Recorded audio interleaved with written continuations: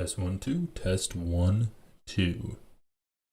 Okay, everyone, we're going to have a good night. So let's start off. What do I want to start off with? Is there anything interesting with the H3 podcast? Are there any interesting clips? Do they cover any interesting topics? This is Ethan Klein reacting to Ian for Loser. 2.5 hours, over 2.5 hours, 2 hours and 40 minutes. That does not sound interesting whatsoever. We can skip this. Okay, so we're going to close down that one.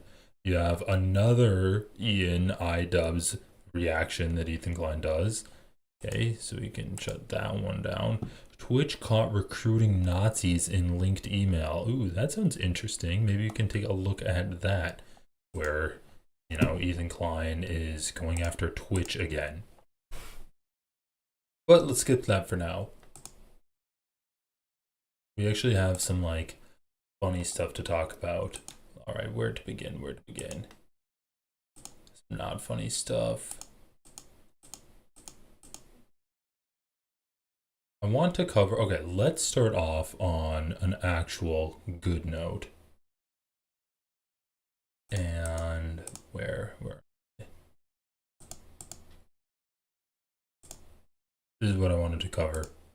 Piers Morgan's latest episode. So he's interviewing the ghost of Bill O'Reilly. How is Bill O'Reilly still on this? How is he still on this plane of existence? Bill O'Reilly, dude, I swear that Piers Morgan just likes, I mean, I've heard this take before. This is not an original take from myself, but Piers Morgan just likes finding people that are worse than him and then talking with them so that he can appear good by comparison. Like, he finds Bill O'Reilly. How long does he talk to this guy? He talks to him for over an hour about Charlie Kirk and then Jimmy Kimmel. Oxford Natural and Cozy. What is he hawking? What are these supplements? Optimum Day and Optimum Night? Growing Life?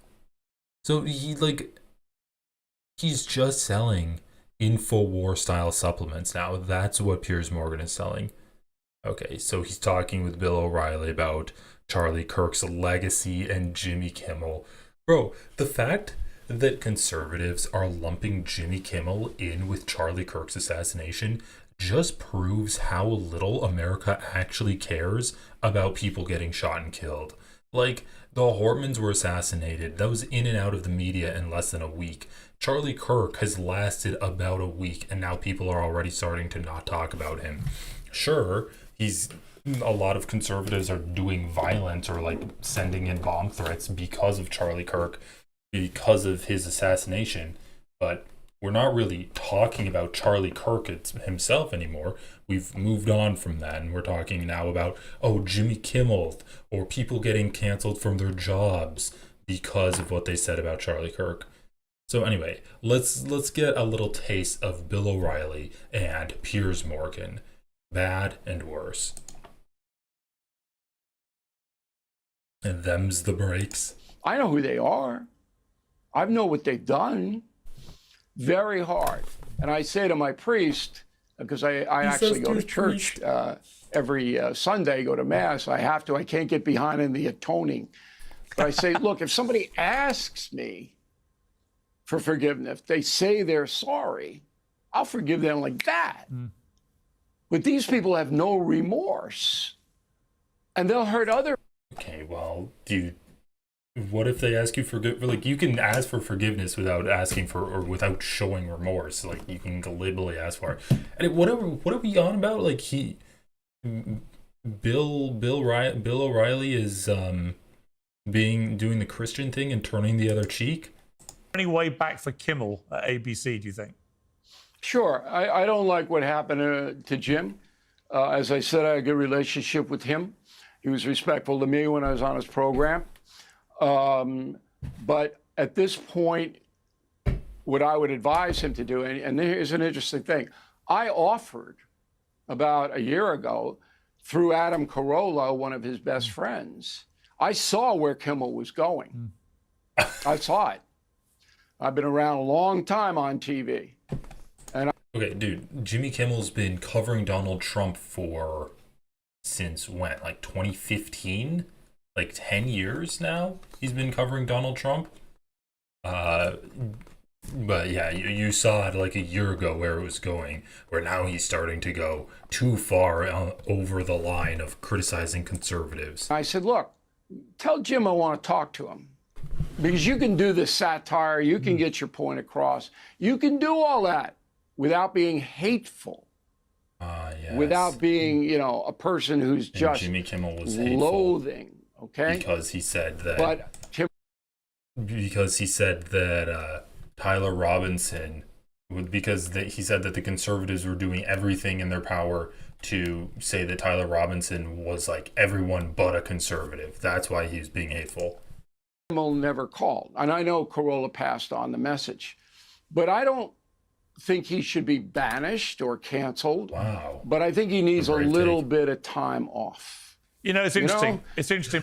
Bro, last time we covered this, the conservative that was on Fox News was like, Jimmy Kimmel needs to bring on a conservative onto his show, and he needs to reflect the values of America. And now Bill O'Reilly's like, Jimmy Kimmel, he's fine to keep going, but he needs a little time off. All of these people are experts in the type of public humiliation that Jimmy Kimmel needs for daring to speak about the conservative reaction to Charlie Kirk's assassination with a smile on his face.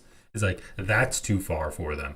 If you're not on your knees, like begging and pleading to kiss Donald Trump's ring and like say, please, sir, your most faithful servant was taken out. How can I be of service to you now? If you're not doing that for these conservatives, you're not being sycophantic enough. Because Jimmy Fallon did invite Greg Gutfeld on from Fox. And it was a very highly rated show. So in a way, this refusal to have anyone from the right on he had Gutfeld is self-harming, because it always leads to a bigger audience. I don't know why they would do it. I mean, for the View in particular, to only have one view now, which is they all hate Trump, is pathetic. Bill, I've got to leave it there. Thank you very much. It's great to have you on Uncensored always. Really appreciate it. Thank you very much. Okay, Piers, thanks for having me in. Well, joining me now to debate Charlie Kirk, Jimmy Kimmel, and the battle for free speech is the CEO of Timcast Media, Tim Pool, the man in the New Yorker is called the future of late night, host of the hugely successful show, The Adam Friedland Show, comedian Adam Friedland, the author of Fox News contributor Adam Friedland needs to and get the comedian Piers and commentator John Fugelsang, the author of the new book, Separation of Church and Hate. Well, welcome to all of you. Separation of Church and Hate. Oh my God, that's so good. You really got the literary powerhouses on this panel. Adam Friedland, Tim Pool, the author of The Separation of Church and Hate, and this woman who I'm going to guess is conservative. Pat, let me start with you, because I do think the Kimmel story is quite a complex one. Instinctively, we all believe in free speech. Instinctively, we don't like to see people cancelled for just having an opinion. And people on the right have been particularly exercised about this, rightly, because of the way the woke left have behaved with cancel culture for years.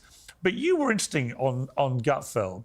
You said that while you were disgusted by the comment that Kimmel made, the FCC's actions bothered you as well. And Ted Cruz has said similar, as have others on the right. I think Ben Shapiro did too. Just explain what the FCC chair, Brendan Carr, said publicly bothered you. Yeah, the FCC is not supposed to be engaged in the nuances of content moderation. The public interest statute's not been interpreted this way before. For me, it's pretty simple. He's talking about, we could do this the easy way or the hard way, and then a few hours later. Yeah, so basically what happened, if I'm sure everyone's aware, but his name is like Karen or something, the head of the FCC, who basically was in charge of writing the FCC portion of Project 2025. So he's like a dyed-in-the-wool conservative that's working with this administration. He was talking about how Jimmy Kimmel needs to represent the public good and his show needs to be a net positive for the country. And if he's spreading misinformation and saying that the guy's conservative, saying that the shooter's a conservative, then that means that he's spreading a net public negative on society, and his show should get canceled. So, like, obviously that's a very slippery slope of a precedent to set. If you're canceling Jimmy Kimmel for saying that the guy saying that MAGA is desperately trying to prove that Tyler Robinson, the person who killed Charlie Kirk, is anyone but MAGA, that's the precedent you're setting, is like not in the public good, then you can cancel anyone. Like, you can pull the FCC licensing from anyone for that reason. Later, Jimmy Kimmel's no more. And this is especially concerning given the fact that Nexstar is looking for the FCC to approve a merger that would make them a lot of money. I simply don't see that as a coincidence. And I simply do not think that that is appropriate or good to have the FCC, an arm of the federal government, engaging in content moderation in that way, regardless of how you feel about Jimmy Kimmel, regardless of how you feel about what he said. And I heard what Bill O'Reilly just said about how you can't imagine how he went forward with that statement saying that, hey, there's just kind of essentially saying it's delusional to believe that the shooter was anything but MAGA. And I honestly think that that's because maybe he kept himself in such a bubble that he didn't even have anyone who would moderate him and saying, hey, we don't know yet, or something along those lines. But to me, that's all irrelevant. To me, I've spent my entire career espousing the importance. Jimmy Kimmel's in such a bubble that he didn't have anyone to say that we don't know who the shooter is, which is not what he said. He didn't say we know the shooter is MAGA. He said MAGA's doing everything in their power to show that he isn't MAGA, and that's true.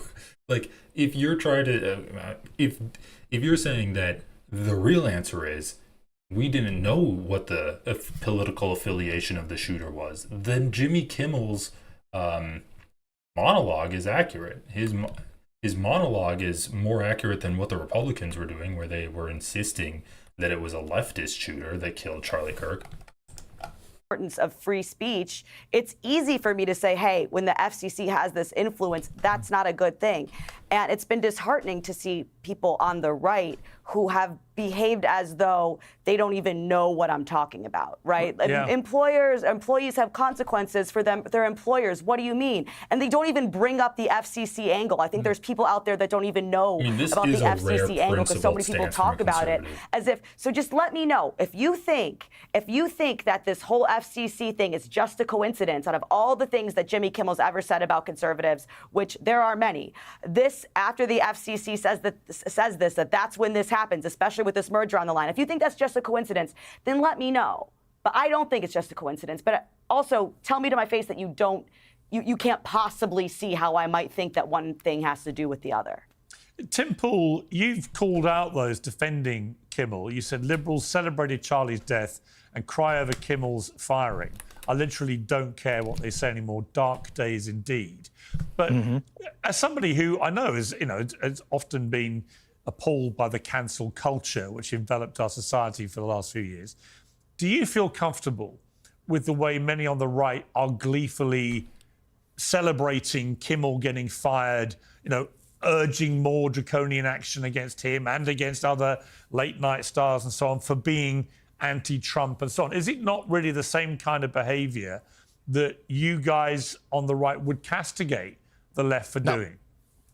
I can't speak for anyone but myself, so I don't know about what draconian measures people would ask for. I certainly wouldn't support that. But Jimmy Kimmel got fired, according to the Wall Street Journal and the Hollywood Reporter, because he refused to apologize. He wasn't planning on apologizing. He, in fact, was planning on furthering the commentary, criticizing MAGA for twisting his words. According to the Wall Street... Okay. He didn't get fired for those things. First of all, they pulled his show for like a week and a few days. And that was because the FCC was threatening to take action against them.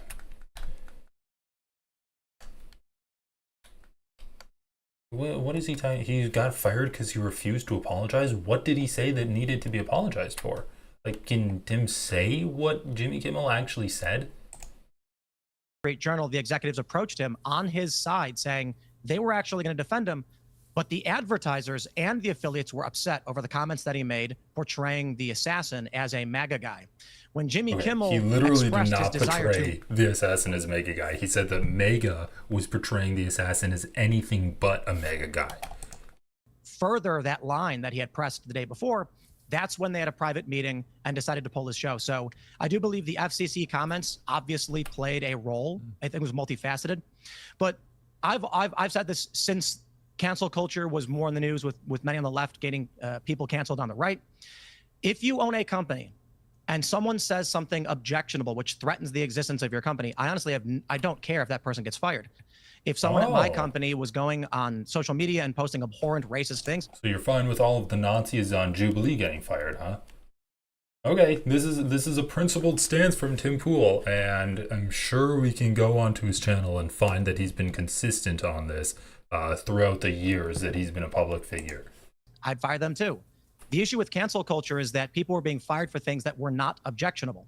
There was a Netflix executive who got fired for simply describing the racial slurs they would not allow on Netflix. Papa John got fired and removed from his company, name stripped from universities, for lamenting the fact that the colonel used a racial slur and got away with it. And there was no criticism. In fact, okay, dude, like, didn't Papa John actually say the N-word? He said the N-word and then people criticized him. You can't get away. In 2025, you can't get away with saying the N-word by being like, I was just quoting someone saying the N-word. Dude, this is such a stupid take from Tim Pool, but like, it really is classic Tim Pool. I'm fine with people getting fired because their company doesn't like the way that they're portraying their company.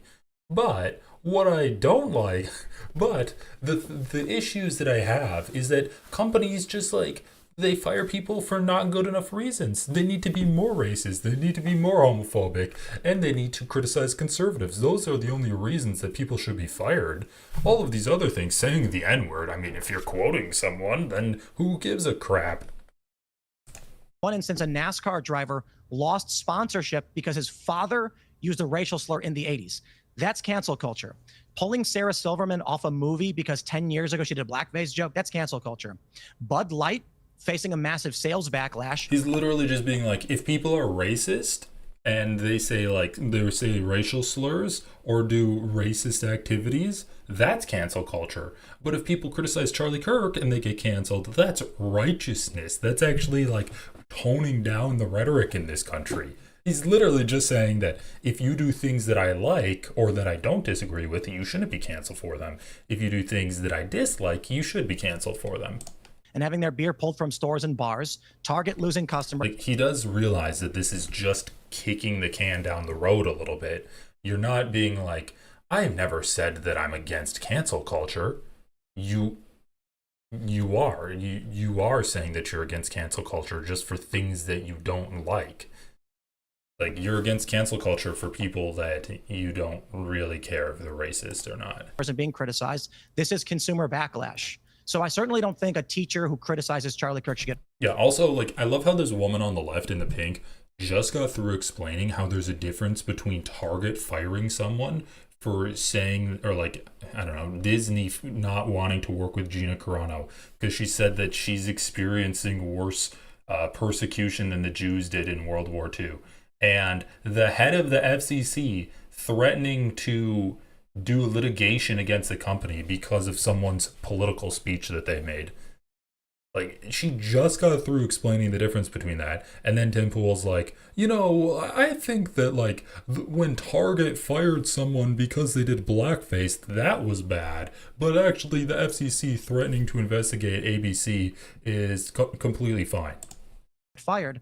What I will add on top of this is the real reason stated by the reporting from various outlets, left and right, was that Jimmy Kimmel was going to continue that line the next day.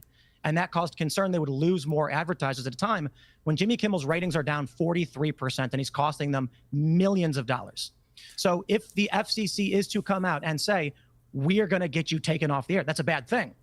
But I think it's important that we discuss the context around when a business has a right to say you are threatening the existence of our. Okay, but that's not what happened.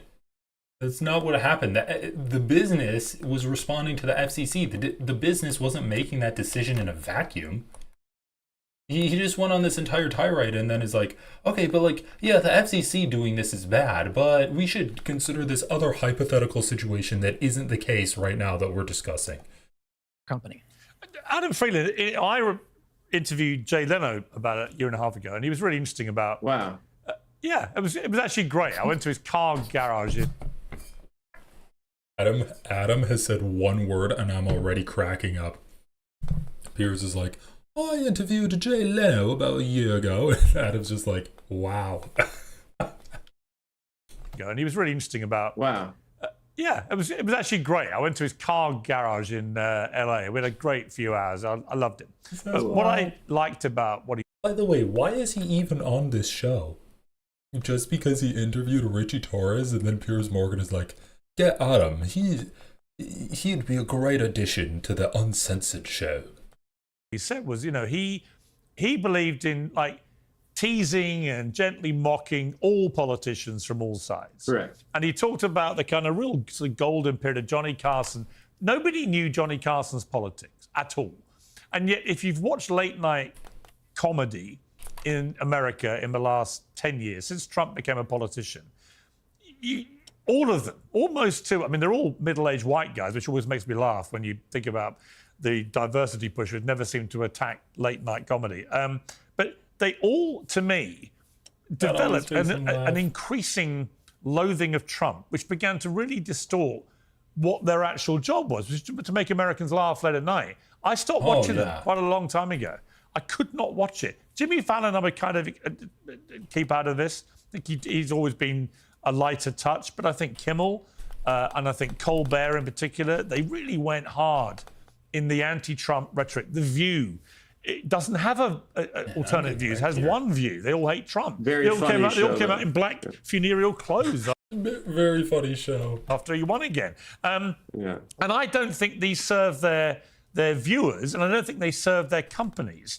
But I also feel uneasy, as Kat said, about the FCC poking its nose publicly into making a real moral not even conundrum. veiled threats, but direct threats that if ABC, Disney didn't take action against Kimmel, then they were going to pay the consequences. So where do you sit with all this? Listen, I'm new to your audience, so just to introduce myself, I am a tell it like it is comedian, and no one's safe from my jokes, be it. I'm a tell it like it is comedian. Holy shit, dude. Adam's so fucking funny. Okay, we got to go full screen for this one. Bratty kids, celebrities, politicians, people that just walk by, they're all fair game. But it is still deeply unconstitutional and immoral for the president to silence his enemies. But I think what's important now, especially because it's so crazy right now, is that we zoom out as like people, like human beings. And like there's a lot of kind of empathy being expressed towards Kimmel right now. But where's the empathy for Donald Trump? Certainly what it seems like to me. I do love how he just completely disrespects the entire format of this show. The idea that these people are supposed to be seriously debating these topics, where you have this one woman like make a valid point. Oh yeah, I think Jimmy Kimmel shouldn't be canceled by the FCC. But then she goes on to say something completely ridiculous like, he didn't know, like, he's too much in a bubble to understand that we don't know the political ideology of the shooter. But, like, still, the FCC shouldn't actually have canceled Jimmy Kimmel. Then Tim Pool comes on, and he just, with his shit-eating grin, just completely ignores the reality of the situation and is like, well, Target shouldn't be able to fire people for blackface or for saying racial slurs, but, Jimmy Kimmel... we should understand Jimmy Kimmel's scenario in the context of Target firing people with blackface. Like, that's not what we're talking about. He's like, yeah, the FCC firing Kimmel is bad, but we should let companies fire people for, like, criticizing. We should let companies fire people for criticizing Charlie Kirk. I'm okay with that kind of cancel culture. But, like, that's not what happened here, obviously. Like, they don't actually care about debating anything. All they care about is like putting their face out there and then getting an extra 200 viewers on their channel or whatever. So I do love the idea that Adam Friedland goes on here and just doesn't give a fuck about the sanctity of the show and just makes a complete mockery out of the entire thing. Is that human beings, and like there's a lot of kind of empathy being expressed towards Kimmel right now, but where's the empathy for Donald Trump? Certainly what it seems like to me is that he feels like he's been bullied. And I've been a victim of bullying my entire life, and still I am regularly. I'm on the internet. But I've always said to my bullies, like, while it's disrespectful, rude, hurtful for them to be saying that, I support their constitutional right to be saying things about me that aren't true. He's said that to his bullies. So, you know, previous Democratic... Bro, the absurd comparison that he's drawing right now between himself, a podcaster, and Donald Trump, and being like, I get bullied by people in the comment section. Donald Trump also gets bullied by people in the comment section, but he should have the same reaction as me, saying that everyone has a constitutional right to criticize. That's so fucking funny. What, like, Piers is actually just speechless right now. Tim's laughing because I think Tim's aware of Adam Friedland, and these other three don't know what's going on. Administrations have gotten the same treatment from conservative comics like Dennis Miller, Michael Richards, Kill Tony. I'm sure a lot of that caused Joe Biden a lot of pain, but never were their constitutional rights violated by the executive branch of the government. And I think that is what the clear difference is here. And I think for all of us as a culture, we have to ask ourselves, like, is the president suffering right now from being made fun of? And I mean, this is also effective rhetoric, because he's not debating the idea if Jimmy Kimmel should or shouldn't have been canceled by the FCC. He's treating Jimmy's constitutional rights of freedom of speech getting taken away by the government as a fact. And he's debating, well, how was Trump feeling when he violated Jimmy's First Amendment rights? That was a fact. That's a given. We're past that part of the conversation now. And now we're talking about Donald Trump's feelings in the matter. the truth is this, like 30% of Americans suffer from depression, and there's a stigma. And if that is indeed true, like he should feel equipped to get help. And it is a public risk. I detect a slight sarcasm to your I'm tone. not. No. Well, no, listen. Dude, his first word out of his mouth was sarcastic when you said you interviewed Jay Leno, and he's like, wow. You didn't detect sarcasm there, bro? Oh my god. Piers Morgan just allows himself to get gassed up to no end. But I guess he actually hit his limit there. I'm detecting a slight sarcasm, really, when you said we must consider the feelings of Donald Trump as someone who got bullied. But I can relate to that because I've also gotten bullied my entire life. Here's the point I've made. I don't think Trump feels bullied or hurt or any of those things. I think what he feels. So what? Here's what I think he feels. So he actually spelled it out in the last few days. There's no doubt, as he said, that about 99% of all the coverage of Trump on all these late night shows and The View and all these other, mainstream media shows has been Trump bashing. It's never been that percentage historically with anybody else. It was never like that with Obama. It wasn't like it with Reagan. It wasn't like... Piers, You're trying to make the point that Trump doesn't feel bullied by saying that all of these late night show hosts are bullying Trump? Are you serious right now? Like, you could have said, I don't think Trump feels bullied. He's just trying to make sure that Jimmy Kimmel isn't spreading misinformation, which is what the head of the FCC was actually trying to do. Or that was his at least justification, right? Oh, he's spreading misinformation by saying the shooter's MAGA. Which isn't the case, but that's the line they're going with.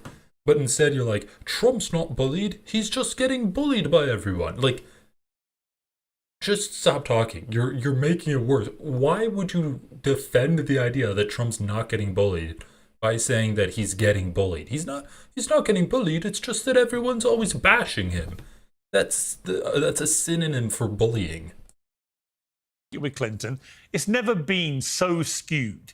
I think Donald Trump brings a lot of it on himself, but I also think there's no doubt, no one can argue to me sensibly that Trump... Bro, like, is this sexist if I say she just looks completely miserable right now?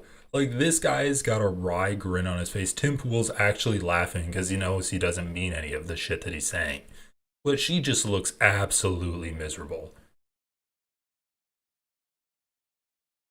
I don't know, man. Like, you're in media. You got to work on your resting face. Trump has not had a more relentlessly vicious, negative treatment from shows that used to be much more bipartisan in their mockery than Trump. So I think that all these things can be true, right? But he also comes from television, right? And so it's something that he pays close attention to. Yeah. Ratings, he talks about they're being very unfair to me, unfair treatment. This is something that he is like locked in on constantly. So, I mean, to some extent, if these are low-rated shows that are taking jabs at him, vicious jabs sometimes, that doesn't really pose much of a threat to his power if not a lot of people are watching them. But for him, it's something that he's like zoned in on, perhaps. Okay, well, and that's what happened with Jim. Yeah, I mean, I think it's complicated with Jimmy Kimmel. John Fugelsang, let me bring you in here. You said the Kimmel suspension shows how brittle, unmanly, and frightened the Trump White House is. I would add that Adam they're more? angry about the way they've been treated for years by the mainstream media, rightly or wrongly, and they're vengeful, and they're thoroughly enjoying Jimmy Kimmel, one of their most ardent protagonists, getting his comeuppance, which is a kind of human reaction you would not find surprising in someone like Trump. Again, those things can all be true. Yeah, I mean, from your point of view, do you? Detecting a bit of sarcasm. Okay, I'm not interested in listening to that douchebag talk. We can cover this. This is what I wanted to cover also. Before we get into any Ethan Klein stuff, I wanted to cover a bit of good old-fashioned on-the-ground interviews with Israelis. Isn't that great? Oh, but it's really not that good. So yeah, like Israel is currently continuing their genocide on Palestine, bombing Gaza City, starving people to death. And this interview from 10 days ago got over 3.1 million views. And you can get a sense of how Israelis are feeling about it. So just like context, people are dying in Gaza every day from malnutrition. They're also dying every day from getting bombed to death.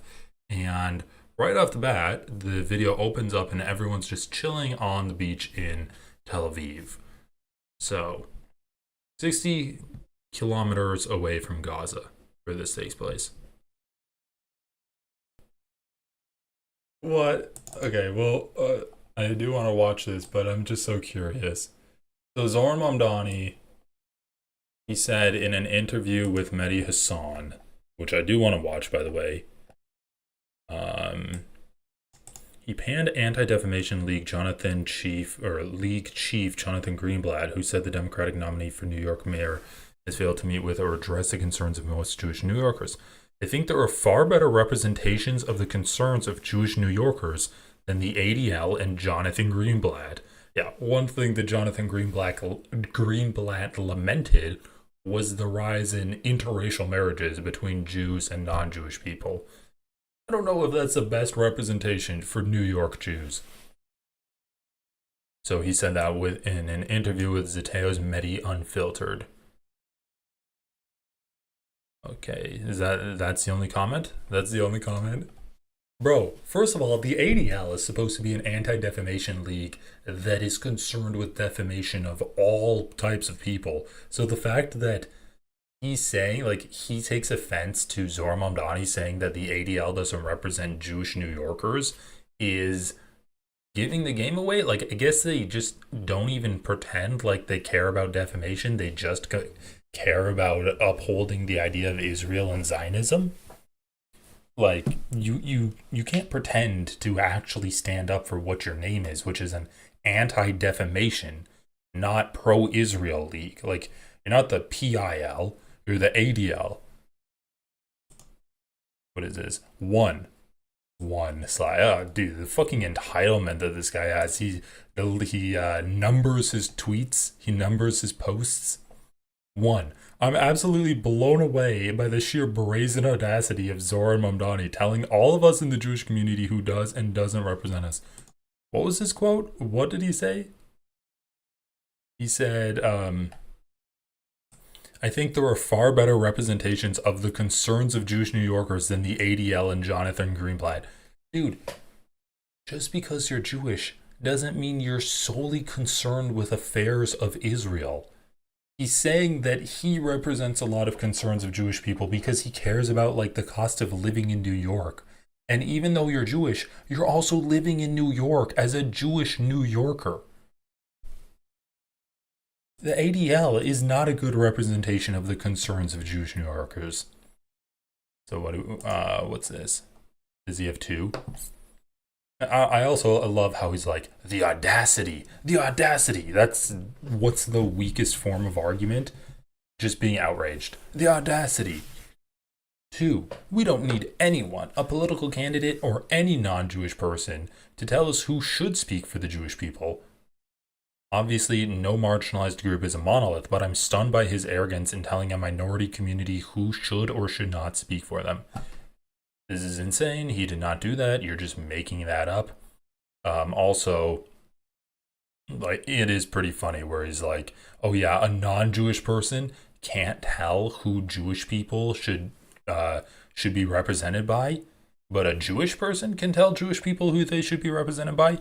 He's trying to be like, no, I represent all Jewish people. So while he's all in his outrage and his feelings, and all of his panties are bunched up in his ass crack, he's being like, Zoran saying that I don't represent all Jews in New York. Well, actually, I do represent all Jews in New York. And I'm going to throw a hissy fit on Twitter to tell you that I represent all Jews in New York. 3, the vast majority of American Jews consider themselves Zionists and have strong ties to the state of Israel. Attending a religious service, okay, so that's not true. Saying that you have strong ties to the state of Israel is not the same thing as saying you're a Zionist. Saying you're a Zionist is saying that you think Israel needs to be an ethno-state, a Jewish ethno-state. Saying you have a strong tie to the state of Israel just could mean anything. Sam Cedar, an outspoken anti-Zionist Jew, has strong ties to the state of Israel because he has family members that live there, and he has strong emotional feelings about it because that's what he was taught about as a kid. Like, yes, I would say that I could have, like, okay, I guess I don't have strong ties, but, like, I have strong feelings about the state of Israel. I was taught about Israel as a kid. Before October 7th, like, let's be honest, a lot of people in the United States just thought Israel was like a badass country that was kind of like Americanized in the middle of the Middle East. And they were kind of like the little engine that could, fighting off all of the big bad Arab countries. That's how we were taught about Israel as American students. So yeah, you can say that you have strong feelings for Israel. And then what does this say? The vast majority of Jews consider themselves Zionists and have strong ties to the state of Israel. Also, let's say that it is true that the vast majority of American Jews are actually just completely genocidal, want to get rid of all of the Palestinians in the West Bank, want to get rid of all of the Palestinians in Gaza, and they want to keep the Palestinian ethnic group within Israel as a completely subjugated ethnic minority that's redlined, and basically their population kept in check through state-officiated methods. Let's say they're that kind of Zionist. Zoran Mamdani saying that the ADL doesn't represent the interests of Jewish New Yorkers is also a valid statement, because even if every single Jewish New Yorker is that kind of Zionist, they would still be better represented by Zoran Mamdani because his policies that he represents are more pressing to the lives of Jewish New Yorkers than the type of pro-Israel Jewish supremacist policies that Jonathan Greenblatt represents. Like, lowering the cost of living has a way bigger impact on Jewish New Yorkers than subjugating Palestinians and ethnically cleansing them. Or, @ADL is the oldest anti-hate group in the US. It's not an anti-hate group, it's a pro-Israel group. Like, how can, bro, you're pissing your pants because Zohar Mamdani said that Jewish communities are not represented by the ADL, and now you're saying it's an anti-hate group? It's not an anti-hate group. It's like a pro-Zionist group. That's what it is. We've always stood to protect the Jewish people and justice and fair treatment for all. Look at this, and fair treatment for all people. Then why aren't you mad when people say that black people aren't being represented by the ADL, or there's better representation for black people than the ADL, or better representation for Native Americans or Hispanic people than the ADL? You're pro-Zionist. That's what your group is. Don't pretend like you actually care about fair treatment for all people, because you literally lamented the rise in interracial marriages of Jewish communities. What the fuck are you talking about? You're pro the fair treatment of all people. In a moment of surging anti-Semitism, this work has never been more critical. And yet, you're contributing to the anti-Semitism. When you say that Jewish people need to fucking, like, have a genocide in order to be safe, and Israel needs to exist in order for Jewish people to be safe, that's anti-Semitic for you. Also, when you say that, like, the vast majority of Jews identify with this rogue ethno-state that's doing a genocide, that's also anti-Semitic. Why would you do that? You're just putting, like,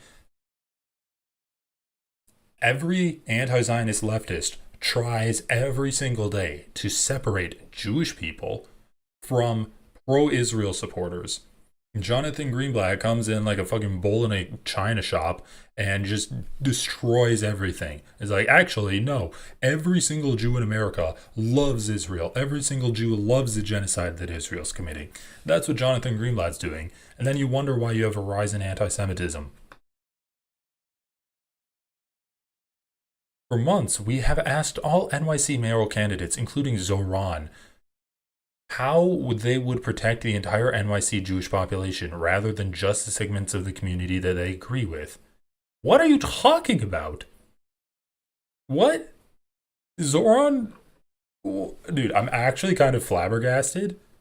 Following this mind-bending interview, our questions are even more urgent today. Wait, what? Hold on, I need to look this up. ADL questions to NYC candidates. This is the ADL. Rhetoric in NYC mayoral race has Jewish community on edge. And remember, the rhetoric that put the Jewish community on edge is the anti-Zoran rhetoric. That's what it is. Zoran hasn't said any single thing anti-Semitic, but he keeps getting asked about anti-Semitism, and that's why the Jewish community is on edge, according to the ADL.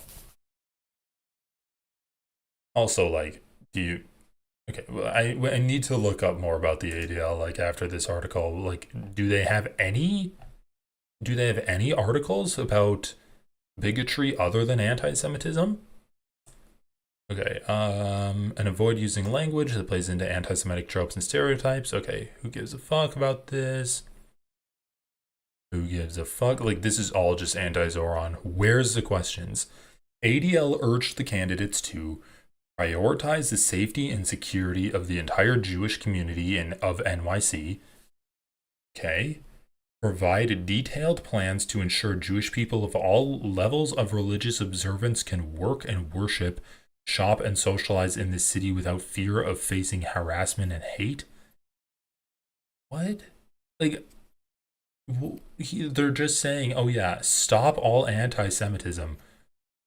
Well, honestly, a good way of stopping anti-Semitism would be preventing synagogues from funding terrorists in the West Bank. I think that'd be a good way of stopping anti-Semitism.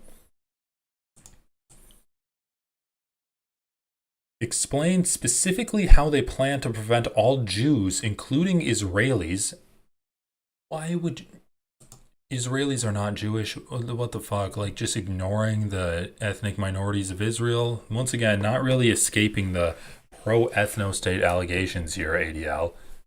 From facing demonization and discrimination. You want Zoran Mamdani to give a detailed plan on how to prevent Israelis from facing demonization. Holy shit. Holy shit. They're actually like, can you make it so that people don't hate Israel anymore? Zoran, make it so that Israel is universally beloved.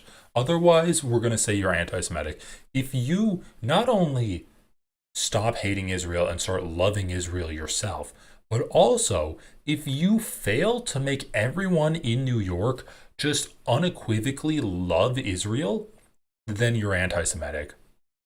You need to do like, you need to double and triple down on the pro-Israel education plans in your New York City schools. Otherwise, you're anti-Semitic. That's awesome. This is fucking awesome, man. Offer protection for Jewish people in a manner that ensures their constitutional rights. It's literally just being like, we need extra security for Jews so that they have the same rights as everyone else.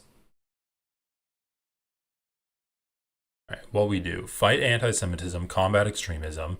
About ADL. Where's the homepage? Latest from ADL. ADL statement on the premature recognition of a Palestinian state. What the fuck? Oh my god, are you serious? Dude, you can't make this. The idea that they act like they're supposed to be, like they always, the thing that pisses me off is they're so blatantly just pro-Zionist. They're just a Zionist entity. But the thing that pisses me off is that they always throw in we fight for fairness for everyone. They always throw that in at the end because they're like, oh yeah, we're Zionists, we're Zionists, we're Zionists. Oh shit, we forgot that we're supposed to at least pretend like we're actually just like anti-bigotry in general. So they always throw in at the end in their last statement, oh yeah, we fight against bigotry for all. Look at this. What's the mission? Yeah, look at this. To stop the defamation of the Jewish people and to secure justice and fair treatment to all. So this is a specific segment of this second part, right? Like, if the defamation of Jewish people would fall within the second part, which is secure justice and fair treatment to all, that should include defamation of Jewish people. But instead of actually focusing on that second part, and also that first part, they just focus on the first part and then stop the second part altogether. Dude, what was your mission? Secure justice and fair treatment to all. And we're talking about the premature recognition of a Palestinian state. What was this? The ADL is deeply concerned by the decision of a number of countries to prematurely recognize a Palestinian state outside the framework of direct negotiations between Israelis and Palestinians. Why the fuck would you care what the framework is if you claim you're in favor of fair treatment and justice for all? The decision fails to require the release of the 48 hostages. Okay, what about the thousands of hostages that Israel controls? ADL has long supported a mutually negotiated two-state solution. However, this process requires direct negotiations, not unilateral declarations, as this only emboldens extremists and creates even more obstacles. Saying that we want peace emboldens extremists and creates even more obstacles to future peace. Beyond these immediate concerns, we know that one-sided rhetoric related to Israel and the conflict can create an atmosphere which adversely impacts the security of well-being of global Jewish communities. Dude, I'm going to turn into the Joker. The group that says they want to secure fair treatment for everyone is like, that was a bit of a premature declaration of a Palestinian state because, you know, the Palestinians are... I'll read it. A growing number of experts are calling on diplomats to address what they describe as genocide and famine in Gaza. Israel strongly rejects accusations that it is guilty of genocide in its nearly 2-year campaign in Gaza following the Hamas-led October 7th attack. The Israeli military campaign that has followed has killed more than 64,000 people, including 18,000 children. Almost all of Gaza's estimated 2 million residents have been forced to flee their homes, often multiple times. I mean, fleeing your home multiple times, what does that mean? Like, you're fleeing a tent at that point? What does genocide mean? The term genocide... Okay, so 4 years later, the UN adopted the Convention on the Prevention and Punishment of the Crime of Genocide. So it's, any of the following acts committed with intent to destroy in whole or in part a national, ethnical, racial, or religious group as such, killing members of the group, causing serious bodily or mental harm to members of the group, deliberately inflicting on the group conditions of life calculated to bring about its physical destruction in whole or in part, imposing measures intended to prevent births within the group, forcibly transferring children of the group to another group. How are countries tried for genocide in courts? The International Court of Justice in The Hague, Netherlands, handles disputes between countries, including under the Genocide Convention. A separate court, the International Criminal Court, entered into force in 2002 to prosecute individuals for genocide. The ICJ, International Court of Justice, handles countries, and the International Criminal Court handles individuals. Why is intent in genocide cases hard to prove? Genocide is considered the hardest crime to prove in court. The intent requirement makes it distinct. Proving intent tends to be the most difficult part of any criminal case, she said. The ICJ said genocidal intent must be the only reasonable inference from the available evidence. When the Genocide Convention's drafters added as such to require that acts be carried out because of who the group is, not just to achieve another goal, something judges struggle to assess. Okay, when did a Palestinian genocide become a legal claim?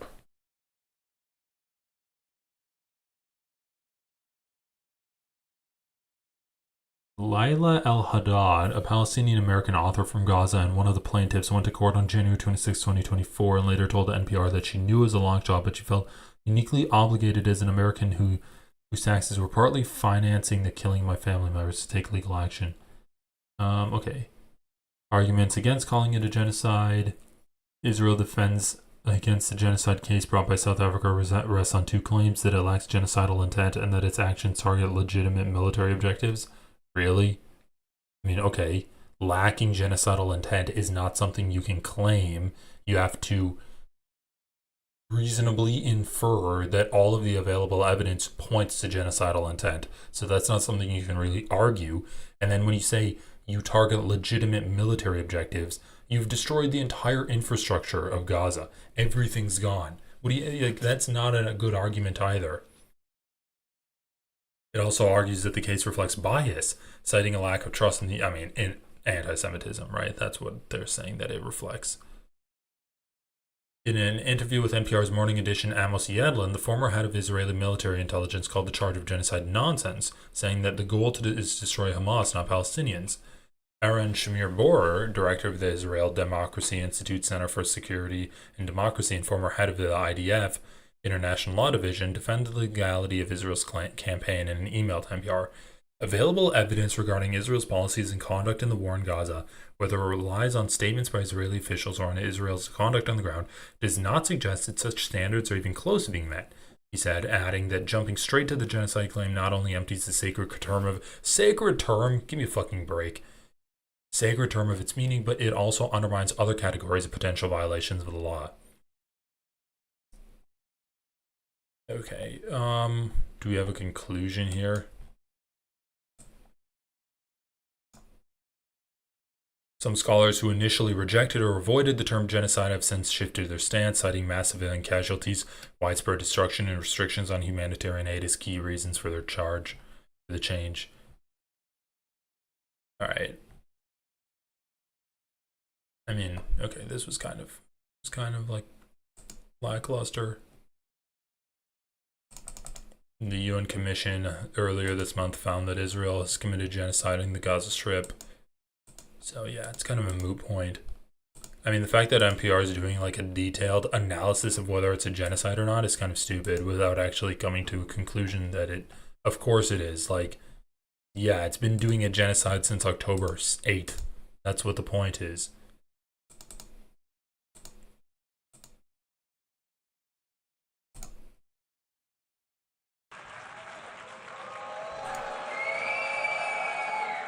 Please, order in the hall.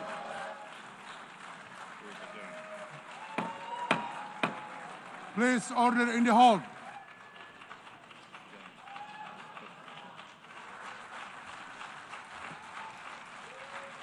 Giving the Palestinians a state 1 mile from Jerusalem after October 7th is like giving Al Qaeda a state 1 mile from New York City after September 11th.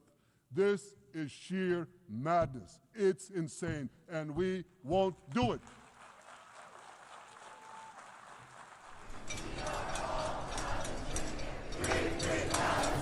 What would happen if you booed at the UN? Can you boo at the UN? Like, can you stand up and boo Netanyahu? You'd probably be escorted out, right? Like, look, this is awesome seeing all these people leave, but what if they just stayed there and booed and drowned out the applause? Like, fuck this demon, bro. Oh yeah, we cannot give Palestine a state because it was like giving Al Qaeda a state 1 mile from New York City. Oh, that's a bad at Netanyahu. Giving the Palestinians a state 1 mile from Jerusalem after October 7th is like what are we giving talking Al Qaeda about? a state. The idea that we're giving Palestine a state is insane. Like, Israel's annexing the West Bank, ethnically cleansing it as we speak, and they're doing the same with Gaza. What are you what state are we giving them? You're gonna kill all of the Palestinians. Why do you care? He just doesn't want Palestine to be an official state because then there's going to be no record of his genocide.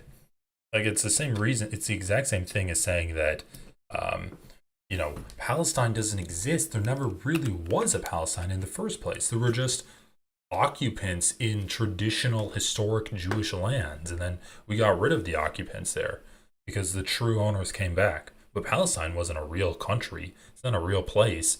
And then when you deny the history of a place, it becomes much easier to eliminate the people that live there.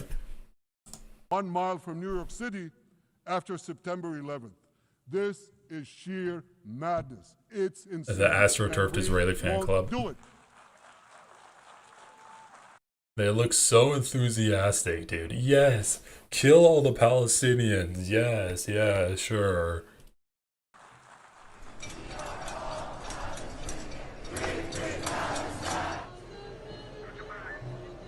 City after September 11th. I've surrounded Gaza with And I massive can't hear loudspeakers shit. connected to this microphone in the hope. Yeah, this is dystopian as fuck. He connected like every phone and speaker in Gaza to his microphone so that when he's giving the speech, the Palestinians will be forced to hear it. This is something that Israel also did in battles in the past where they like play porn on television sets. That our dear hostages will. Like, just admit you're a fucking terrorist, dude. You already did the pager thing. Now you're doing this supervillain shit. What is this? The Kingsman? Do you have to be are you Samuel L. Jackson that needs to be eliminated by a British guy in a tight-fitting suit? What's going on here? Hear my message. We have not forgotten you, not even for a second. Nice. I like how they cut him off. Who made it? The BBC? What? Do better jobs clipping out Netanyahu. He went on to refute the conclusion of a UN Commission of Inquiry that Israel had committed genocide in Gaza, claiming the charges were baseless. He also rejected statements by multiple UN agencies that Israel is deliberately restricting the amount of aid entering Gaza. In August, a UN-backed body confirmed the famine was taking place in Gaza City. Ahead of his speech, Netanyahu's office ordered that the Israeli military mount loudspeakers on trucks near the Gaza perimeter fence in order to broadcast his words. Such a close back and forth war where, we can just have trucks with speakers on them like it's some kind of backyard barbecue party. We're just going to drive it up and then play the speech of our prime minister. Wow, such a tough war that Israel's fighting for its very existence. But it's got to have to defend itself. It's going to have to defend itself with fucking speakers that play Netanyahu's speech. Bullshit. They just drive up speakers. Oh, what is this? What is this video? You accept any responsibility? CNN presses Hamas official on suffering in Gaza? Leave it to CNN to do hard-hitting press on the victims of genocide. Nearly 2 years after Hamas attacked Israel on October 7th, Gaza has paid a massive price. The devastation rivaled only by the suffering of its people. Israel has killed more than 65,000 Palestinians, according to the Palestinian Health Ministry. Hundreds of thousands are displaced and homeless, and Israeli attacks are only intensifying. Do you accept any responsibility for triggering so much death and destruction? The history did not begin on October 7. We spent 78 years under the occupation, under the humiliation, under oppression, under repression, under killing, under displacement. Now, why a world just focus on October 7? Ghazi Hamad is a senior Hamas official, sitting for his first U.S. TV interview in months. But before October 7th, Israel had never unleashed this level of death and destruction on Gaza before. How can you look at me with a straight face and tell me that you accept no responsibility whatsoever for what has happened in the 2 years since? Wow. Before you came to the bar, Bradley had never raped anyone. But how do you say that you accept no responsibility for being raped by the guy that you saw? Like, what is this? Yeah, they did a counterattack on a force that was occupying them, and they killed a lot of civilians and they killed a lot of soldiers with it too. Like, of course, it's going to bring down more punishment, but how do you say that, yeah, the fucking guys that are getting killed right now and getting genocided by the occupying army are responsible for getting killed by the occupying army? Like, it's a slow grind of colonization, regardless of October 7th.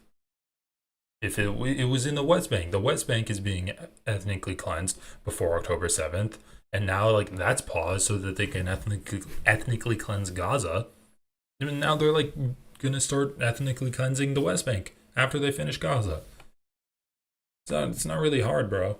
What is the option is left for the Palestinians to do? First time that Palestinians have shown sacrifice in this Israeli-Palestinian conflict. What gives you the right to decide that Palestinian women and children should be sacrificed on the altar of your resistance? What are you talking about? He's not sacrificing them, dude. It's fucking Israel. What gives you the right? Displacement. Now, why a world just focus on October 7? Ghazi Hamad is a senior Hamas official, sitting for his first U.S. TV interview in months. But before October 7th, Israel had never unleashed this level of death and destruction on Gaza before. How can you look at me with a straight face and tell me that you accept no responsibility whatsoever for what has happened in the 2 years since? What is the option is left for the Palestinians to do? First time that Palestinians have shown sacrifice in this Israeli-Palestinian conflict. What gives you the right to decide that Palestinian women and children should be sacrificed on the altar of your resistance? No, all the time we are sacrificing, we are fighting. But I am asking you about the civilian deaths in Gaza, and what gives you the right to decide it's a price worth paying. That child can die. It's okay, because it's in order to fulfill our resistance. As Hamas, we are fighting for the interests of the people. We don't want our people to be killed. Don't put the problem on the shoulder of Hamas. No, I think Again, sir, when I speak with Israeli officials, I press them about what they are doing in Gaza. When I'm speaking with Hamas officials, I press them for your response. When I speak with Hamas officials, I press them about what Israel's doing in Gaza. What do you want him to do? That would be my question. What do you want him to do? They've already accepted a peace deal to give up all power, all claims of control over Israel. Do you want him to commit ritual suicide? Oh my God, I suck at this.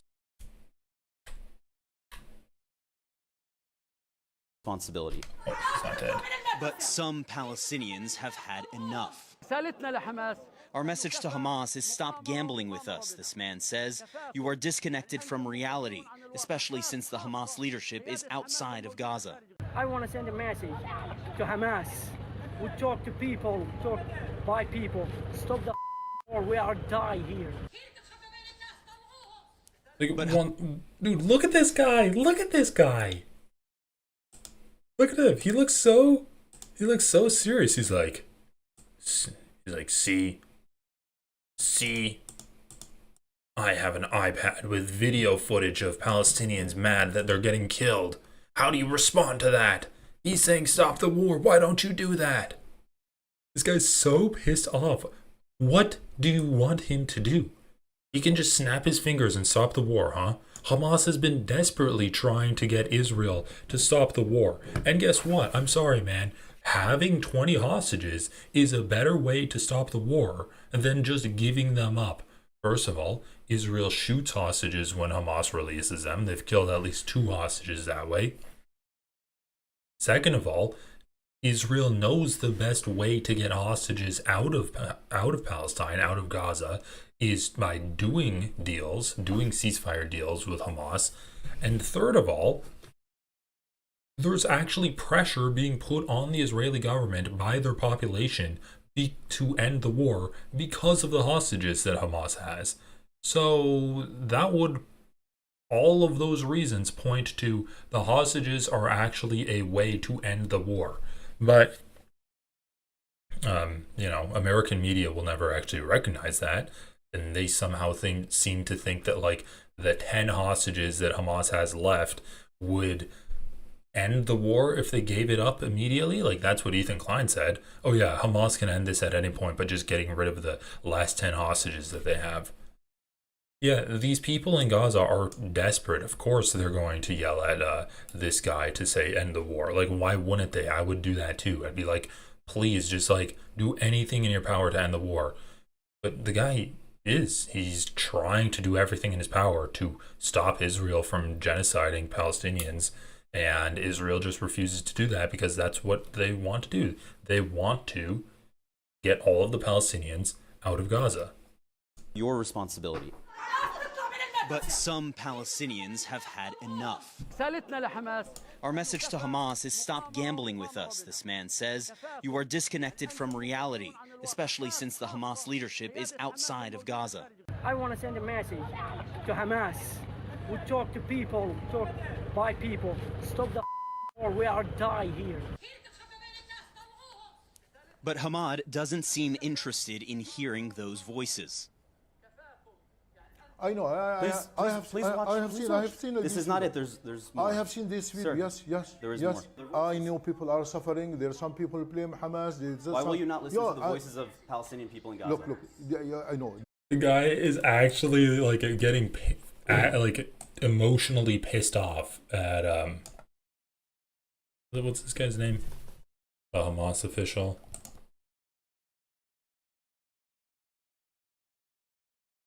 Okay, I guess I don't have. I think his name was like Habib, something Habib. This is not the whole story. These people who want Hamas to surrender, lay down its weapons, and leave the Gaza Strip. I think no one asked Hamas to surrender. We will never surrender. These people under abnormal circumstances. We put him under target and killing. I mean, to be fair, in those interview clips that you presented, no one said they wanted Hamas to surrender. They said they wanted Hamas to end the war. For your responsibility. But some Palestinians have had enough. Our message to Hamas is stop gambling with us, this man says. You are disconnected from reality, especially since the Hamas leadership is outside of Gaza. I want to send a message to Hamas. We talk to people, talk by people. Stop the war, we are die here. Yeah, we're the people that said we want Hamas to lay down their arms and surrender. Come on, like, did you just ad-lib that? You just made that up on your own? Yeah, so many Palestinians want you to just, like, they actually just said that they want you to give yourself up to Israel and just walk into an Israeli prison.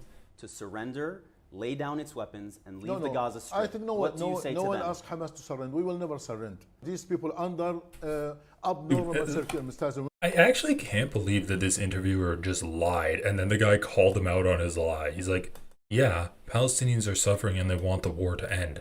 That's all that those clips were showing.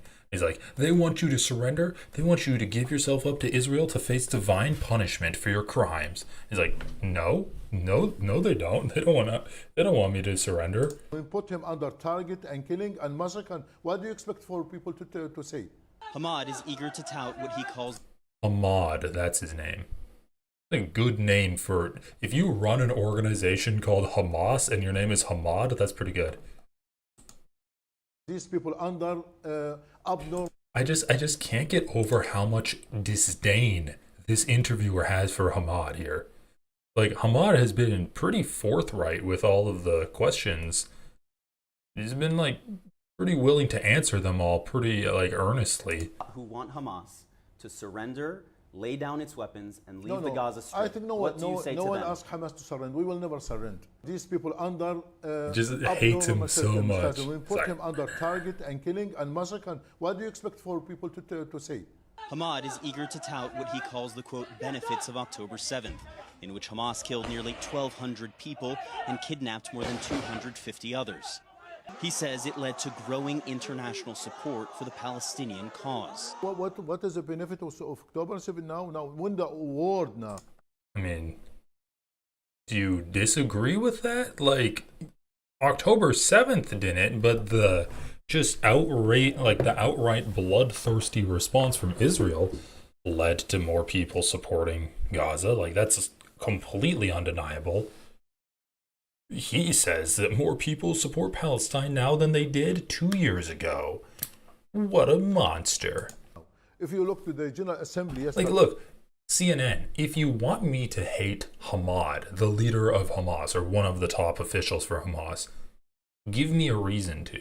Don't be like, oh yeah, he didn't just lie about the people that, like the Palestinians that were getting interviewed. Don't be like, oh yeah, Palestinians are suffering and we want this war to end.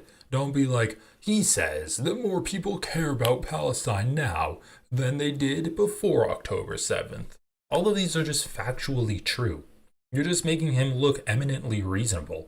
When about 194 people opened their eyes and looked to the atrocity, to brutality of Israel, and all of them, they condemned Israel. We waited for this moment for 77 years. I think this is a golden moment. He hates him so much. He's just scowling at him. He's scowling at him. Bro, get someone to look at you like this CNN reporter looks at Hamad here. Palestinian cause. What is the benefit of October 7 now? Now, win the award now. If you look to the General Assembly yesterday, when about 194 people opened their eyes and looked to the atrocity, to brutality of Israel, and all of them, they condemned Israel. We waited for this moment for 77 years. I think...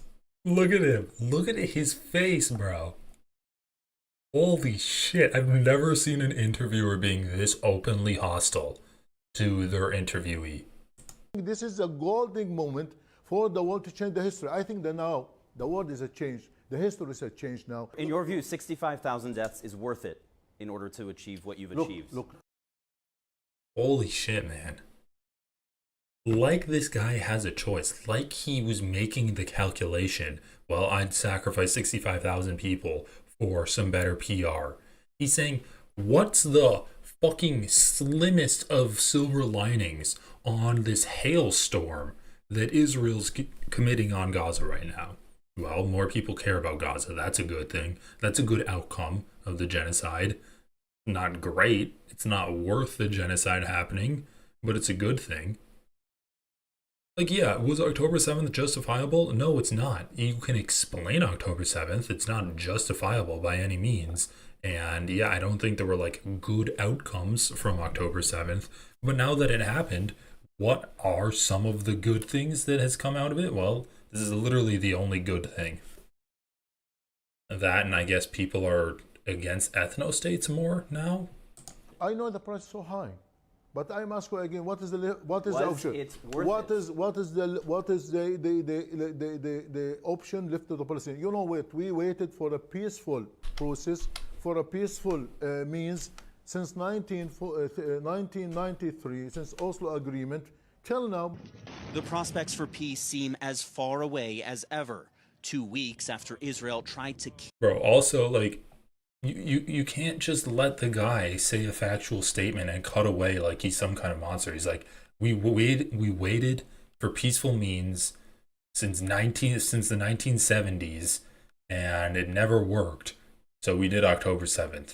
Like, this is quite literally Nelson Mandela's game plan in trying to overthrow a South African apartheid, where he's like, yeah, like, we are going to use peaceful methods, but if they don't work, we're going to use violent methods too, because we're running out of options. Like, that's quite literally what Nelson Mandela said. But luckily for him, they never actually fully ran out of peaceful options, because the United States was able to step in and be like, okay, we're not going to support South Africa any longer. kill Hamad and other senior Hamas officials not far from where we sat down. I think it is a miracle because the rockets are very close to us. We are under target, and it was a brutal attack on us. So I think it was long and very strong message to us and even to Qatari that we are not interested in negotiation. We want to kill, we want to destroy, we want to assassinate. This is our own policy to handle the whole situation. Everything now is frozen. Hamas's demands have also not shifted. We insisted to go to the comprehensive deal, to retain all the hostages, either alive or dead. And we said frankly, we can return them in 24 hours. But Israel, they refused. Well, they have conditions for ending the war. They want Hamas to be out of power, and they want Hamas to disarm. Are you willing to abandon power in Gaza and lay down your weapons? Look, Hamas is part of the Palestinian fabric. You could not exclude Hamas. But as I said again and again, regarding the ruling of Gaza, we are ready to be out of the ruling of Gaza. We have no problem with this. The arm of Hamas is a legitimate... Literally just saying that, like, just point blank saying, yeah, we're ready to not rule Gaza. We're fine giving up power. Which is just, it flies in the face of every single Hasbro talking point where they're like, oh, well, we need Hamas to get out of... We can't have a Palestine with Hamas running it because they're all bloodthirsty. Hamas is like, okay, fine, we won't run it. We're not going to leave because we're Palestinian and we believe in Palestine and it's our right to stay there, but we won't run Gaza. Sure, we'll have like a technocratic Palestinian Authority run Gaza. Just, I mean, there's nothing, not even quicksand, the base of Israel's talking points are built on right now. It's like cardboard put over a pit. Gaza, we are ready to be out of the ruling of Gaza. We have no problem with this. The arm of Hamas is a legitimate and legal weapons which used all the time against the occupation. It is not a terrorist weapon. How does this war end?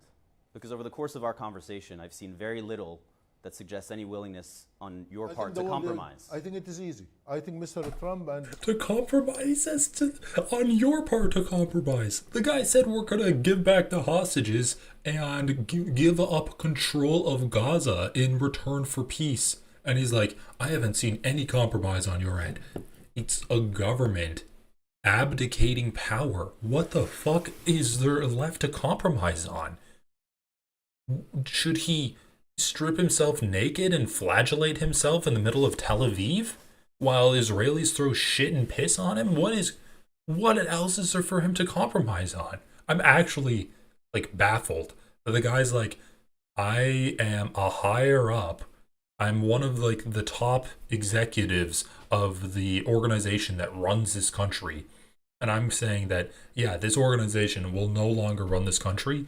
And the only point of leverage we have over Israel right now, we'll give it up in return for a lasting peace. Like, we'll give up the hostages and we'll abdicate power. And he's like, I don't see a lot of compromise coming from you right now. I'm getting a lot of arrogance and prudishness from you. You're a real egomaniac over here. What is CNN doing? the legitimate and legal weapons which used all the time against the occupation. It is not a terrorist weapon. How does this war end? Because over the course of our conversation, I've seen very little that suggests any willingness on your part to compromise. I think it is easy. I think Mr. Trump and the world could ask the Netanyahu in order to stop the war, to stop the genocide in Gaza. Do you have any confidence that he will do that? I don't know. I think we tested them many times, but I think it is not easy to trust Mr. Trump or to trust the American administration. All the time they put the glasses of Israel. They adopt the Israel position. That's the end of the interview. It's a government org too. There's an armed part of it. It's not the whole thing, like a political party with fighters aligned with other fighter groups.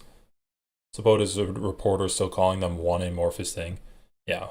I mean, you're right. It's an entire government. That's why they're like the Hamas-run Palestinian health authority, the Hamas-run aid distribution centers.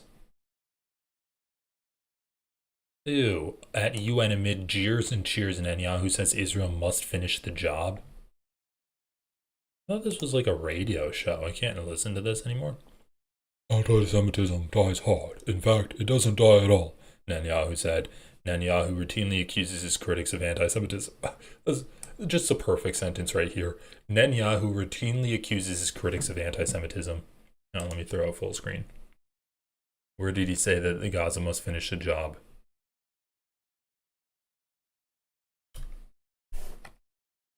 Whoops. Didn't mean to do that. There we go. Wait, we'll just Control Z that. There we go. Job. Circled by critics and protesters at the UN, Israeli Prime Minister Netanyahu told world leaders on Friday that his nation must finish the job against Hamas in Gaza, giving a defiant speech amid growing international isolation over his refusal to end the devastating war. Western leaders have buckled under the pressure, he said, and I guarantee you one thing, Israel won't. Alright, great. Okay, so we can cut that off. Yeah, that's not good. Okay, let's just skip to this though. I need a break of covering some shitty stuff. Let's cover Ethan Klein. So Ethan Klein, he went back to TikTok and he's been posting some funny videos. Okay, so let's go here. Ethan Klein here. Most of you on TikTok have probably seen videos about how I'm a Zionist, I'm a Jewish supremacist, I'm Islamophobic, that I support Israel's actions in Gaza, and many more claims. Oh God. I want you to know that these claims are not true. And over the next couple of months, I plan to prove that to you guys. My goal is to address them one at a time. So if you think I'm trying to dodge or avoid any specific claims about me, just know that it's coming, and bear with me because there's only so much I can cram into one video, and I want to keep it focused. So an old 15-year-old dormant Reddit account was recently discovered, and people went through everything there, all my posts, all my comments, to find anything offensive or embarrassing that I had written there. And there's a lot of... They started with the name of the Reddit account. Yeah, we need Morgan Freeman. We need Morgan Freeman to narrate this. The claims were true. It turned out that all of those claims Ethan was talking about were absolutely true. The Reddit account that he's referring to, or what did he say? Oh, they scrubbed through the account trying to find distasteful posts, but they started with the name. The name was Pedo Troll. Reddit account was recently discovered, and people went through everything there, all my posts, all my comments, to find anything offensive or embarrassing that I had written there.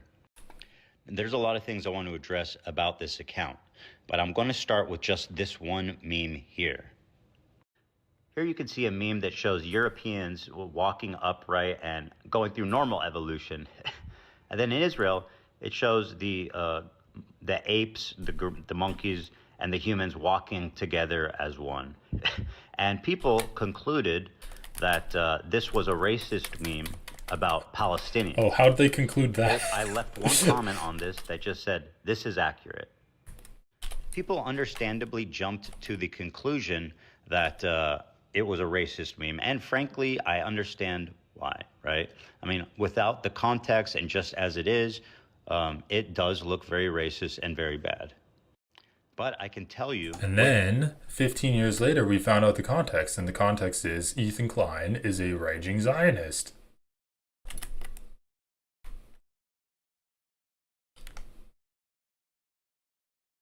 Oh my god. Shit. This is scary as hell.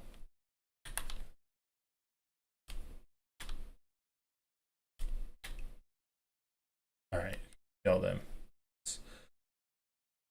Okay. Come on, Ethan, continue. Evidence that is simply not true. The meme was never meant to talk about Arabs or Palestinians or anything racist at all. In comments made before and after the meme was posted, me and the OP were talking about Israelis, specifically the Haredi, which are the ultra-Orthodox sect of Judaism, who we agreed are ruining the country. And the OP also mentions Israel Katz, an Israeli. So he's like, I wasn't racist against... Wait, so his argument is, I posted a racist meme, but I wasn't racist against Palestinians. I was racist against the ultra-Orthodox Jews in Israel. I'm not saying that, like, the Palestinian... Because, look, Ethan doesn't think there are Palestinian Jews, or there are Palestinian Israelis. He'll say that there are Palestinian Israelis when he needs to say that, but he operates under the assumption that Palestinians are a forgotten subclass of Israeli citizen. So, when he's like, oh yeah, I posted this meme and people thought that I was referring to Palestinians, but actually, I completely forgot that Palestinians even exist within Israel, and I'm actually just talking about the different types of Jew that there are within Israel. It's not an anti-Palestinian meme, it's actually just an anti-Semitic meme that he posted. Politician that was lobbying at the time to expand West Bank settlements, which is something that I've always stood against. Palestinians or Arabs are not brought up one time in this thread or in this conversation at all. Upon examination, it's very clear that we're not talking about Palestinians or Arabs, but about Israeli society. And if you comb through the entire post history of this very old account, which many have done, you won't find language that is anti-Arab in any of it. In fact, quite the opposite. Here's a comment from 14 years ago from this account that says, I don't agree with Israeli Zionism or West Bank settlements. This is from 14 years ago. I have been consistent on this, and I have zero incentive to lie because this account, when I made this account, I was a nobody and I didn't expect anyone to ever read it. If my opinion changed at all since then... Shit, I missed it. What was this comment that he made? Oh yeah, the pedo troll account. There we go. I don't agree with Israeli Zionism or West Bank settlements, and I don't agree with Islamic extremism. I agree with you. I've just seen a disturbing trend on Reddit to support anything anti-Israel, no matter how... So even back then, he's like, I'm both sides, but actually I'm pro-Israel. I've seen a disturbing trend on Reddit to support anything anti-Israel, no matter how absurd or unsubstantiated it is. So even back then, he's like, you know, I'm actually in favor of Israel. I just think that, like, people are being too anti-Israel. But, you know, like, I think Israeli extremism and Islamic extremism is bad. Both sides are bad. But I'm pro-Israel. This is from 14 years ago. I have been consistent on this, and I have zero incentive to lie because this account, when I made this account, I was a nobody and I didn't expect anyone to ever read it. If my opinion changed at all since then, it would be that I'm more radical because I've been horrified by the ongoing Israeli campaign to ethnically cleanse all of Gaza, which I absolutely am opposed to, I'm horrified by, and I support the Palestinian people and their right to self-determination. from my Instagram on May 15th, 2021, which is well over 2 years before October 7th. I'll read it for you. The Israeli government is making me sick. Even if Hamas is operating out of civilian buildings, it doesn't justify the total destruction of that building. It's inhumane. Yeah, and then remember when he had Lonerbox on the show and he justified the total bombing of buildings when, in case there was Hamas there? And then when he was debating Sam Cedar and Hassan, and he's like, well, like, Hamas is under the hospitals. Hamas is under the hospitals, so yeah, of course Israel has to bomb them. Because they're under the hospitals. What else would they do? God, trying to deal with Ethan Klein's lies and kill these demi-humans is a challenge. Netanyahu is a piece of shit warmonger and needs to go. As a dual citizen, I love Israel and the Israeli people. They deserve a government that actually believes in peace and not force and violence. The ultra-right Jewish settlers are among the greatest provocateurs in the world. They are shameless and hateful, fueled by religious zeal and enabled by the Israeli government. I wish the settling and repossession of Palestinian land would stop. I wish the bombing in Gaza would stop. Gazans deserve to live a life free of fear. For all the crimes Hamas has committed, we must always remember that they are not Palestine. The Israeli government holds all of the power, and it's on them to stop the violence and show a true willingness for peace. And as you can see here, I'm also talking about the ultra-right conservative movement, which is what that meme was meant to be about. And even now, if you visit Hassan's Tiltify page, in which, you know, he raised well over $1 million for Gazan aid, which was a great thing, you can see that I'm still number 8 on the top charts of biggest donations to the cause. Why would I give $6,500 to a cause I didn't care about? Besides this, I've supported other charities as well. And I do love this, though. I love this from Ethan, too. He says that his favorite hobby, his favorite pastime is wasting money on frivolous lawsuits to quiet the voices of pro-Palestinian content creators. But the $6,500 that he donated to Hassan shows that he's forever a Palestinian ally, and not that he did it one time like 2 years ago to get people off of his back from calling him a Zionist for like a month and a half.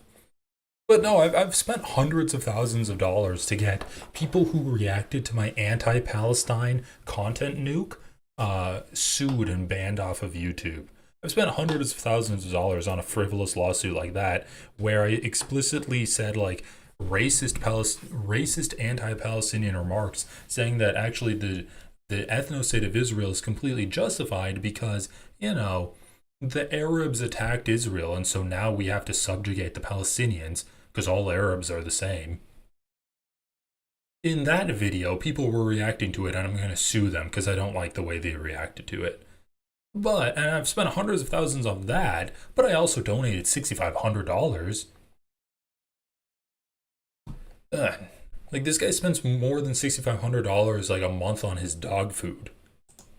Easily donated over $10,000 to help the people in Gaza. Over the years, I've repeatedly called what's happening in Gaza a genocide.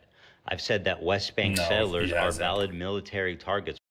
He hasn't repeatedly called it a genocide. Most of the time, he's referred to what's happening in Gaza as a war. Famously, when he debated Hassan and the aftermath of that Hassan debate, he's like, I think you could call it a genocide. I don't know. Could you call it a genocide? And he was like, no, you can't.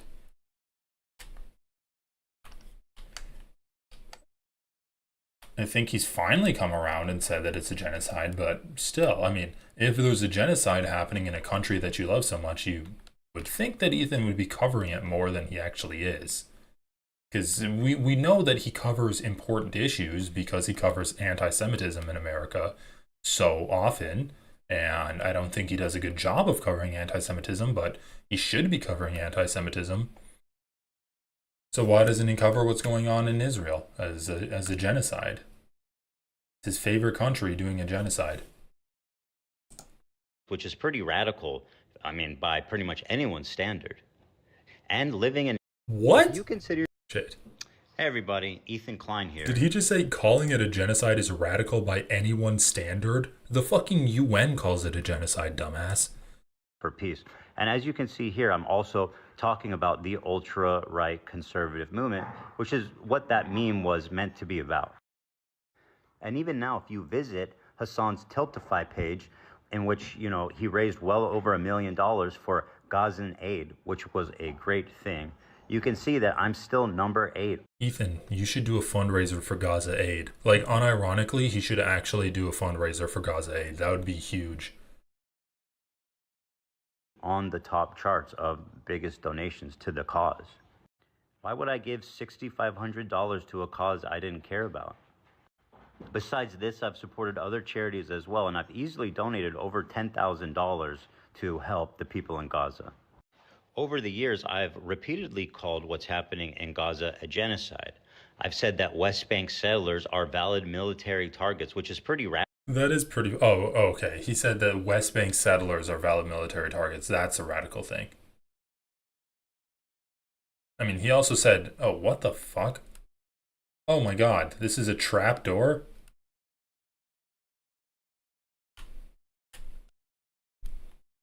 Move. Move. Move.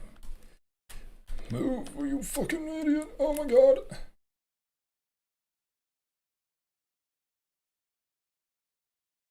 Alright. We'll be back. We'll resume reacting to this Ethan Klein after I kill this motherfucker. Stand up.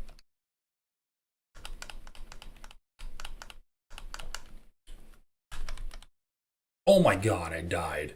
Holy shit. Yeah, his lawyer is a valid military target. I mean, of course he doesn't believe any of this shit that he's saying. I really hope I'll respawn in here. I mean, by pretty much anyone's standard. And living in Israel, I can say with the distinct honor that I voted against Netanyahu 2 times. The reason I chose this specific meme to start from is because it's been shown to me as an example of like a line that I crossed that just was the last straw for people about how overtly racist I am. And so I wanted to come here and explain this first of the many things I would like to explain. Dude, this is the least of your racism. You literally made a video justifying the idea for an ethno-state. What do you call that if not racist? Like, it's an ethno-state that you made, dude. You're justifying that.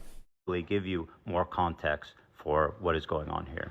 Now, I want to acknowledge that the scope of this video is extremely narrow, and I don't expect anybody to forgive me based on this one video. But what I do want to do is rebuild the trust and show you guys piece by piece that the things being said about me are just simply not true. Anyway, I really hope... Just simply not true. Thanks for watching. You know, he really is a good interlocutor. I will continue to post. And until then, I'll see you in the next one. Hey, everybody. Ethan Klein here. Most of you on TikTok have probably seen videos about how I'm a Zionist, I'm a Jewish supremacist, I'm Islamophobic, that I support Israel's actions. Scaly Misbegotten. Ironically, that's the same name I have for Ethan Klein. Okay, this is the same video. If you consider yourself a gun control activist and you find yourself cheering on the assassination... Oh yeah, this was like when Charlie Kirk got killed. Okay, here we go. So remember, he said that West Bank settlers were valid military targets. Okay, just keep that in mind. Also, Ethan Klein has a history of saying that Nazis are valid targets too. If you call someone a Nazi, you can do anything to them. He said that I wish I knew how to fight so he could beat up Nazis. That's what he said. And then he also calls Charlie Kirk a Nazi. Charlie Kirk? He said, bomb the NRA convention. He joked about killing Charlie Kirk because one of Charlie Kirk's supporters wanted to use guns instead of voting. Like, this man has a history of advocating for violence against, like, let's just say civilian type people.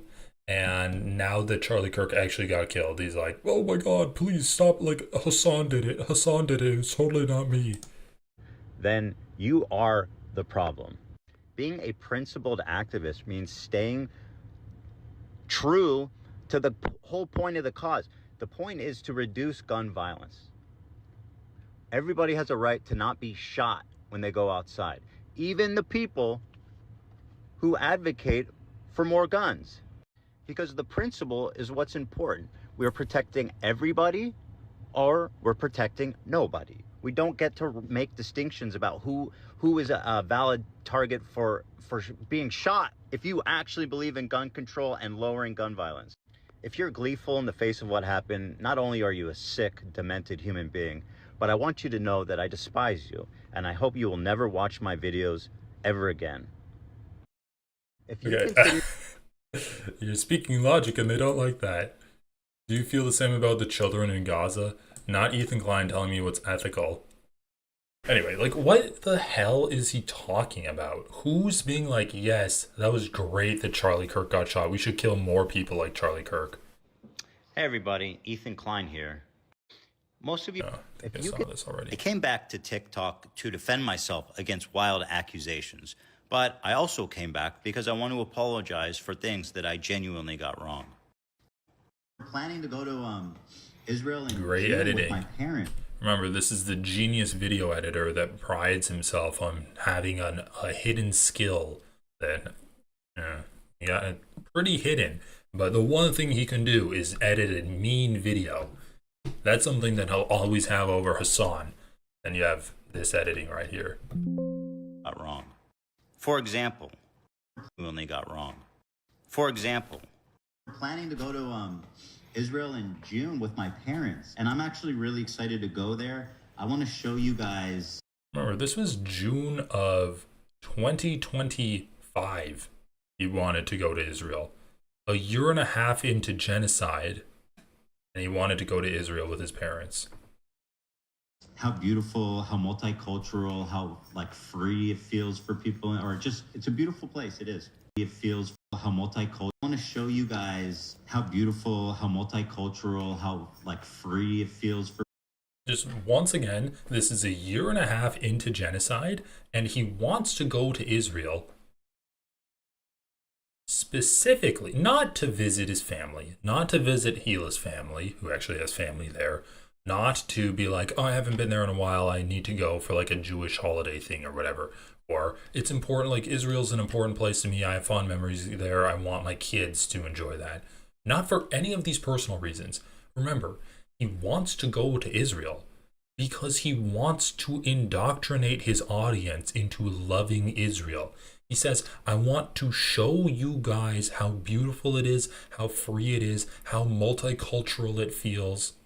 I want to show you guys, my audience, that. And I'm going to do a video series in Israel showing you guys how great Israel is. I'm going to do explicit pro-Israel propaganda, like basically a pro-tourist propaganda video package that he wanted to do. While Israel's doing a genocide, I'm going to launder the reputation of a genociding country because I have a soft spot for it in my heart.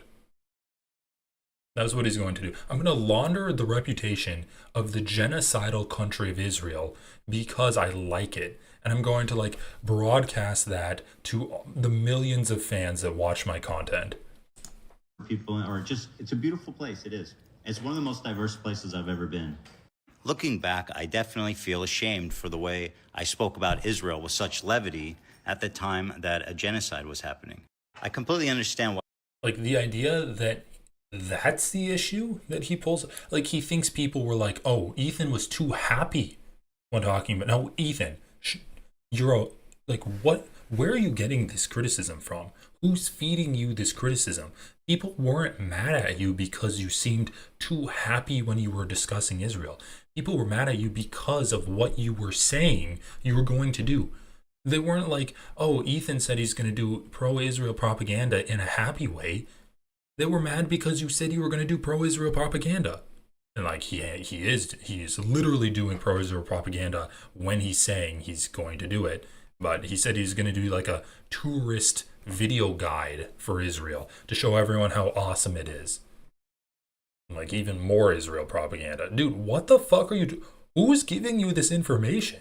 You should fire whoever. Is it Galia? Is it fucking Tamara? The new girl that's like, oh, Ethan, everyone hates you for this. Oh, Ethan, everyone hates. You should fire whoever's telling you that people hate you for your levity when speaking about Israel.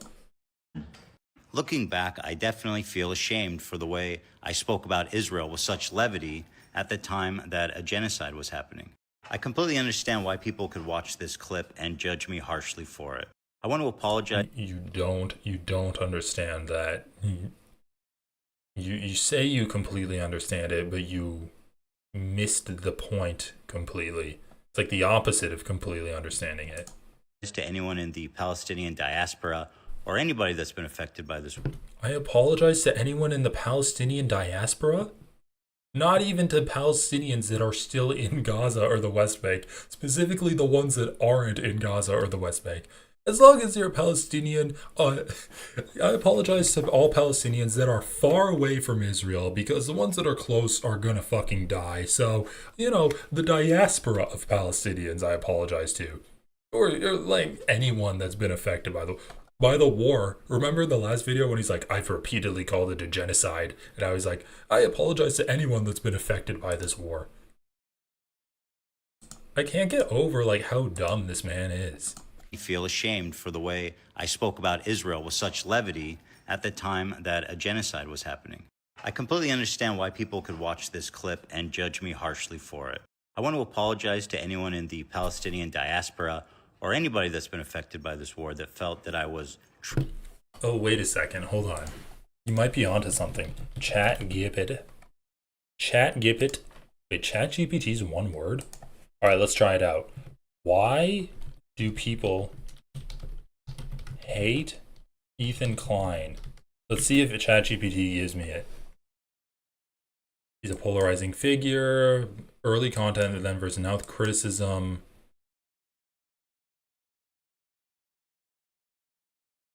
Platform, content, tone. I mean, okay, that's horrible answer. Why do people hate Ethan Klein about Israel? From he does not get criticized from pro-Israel critics. What the hell? Dude, ChatGPT is actually fucking stupid. Like, obviously it is.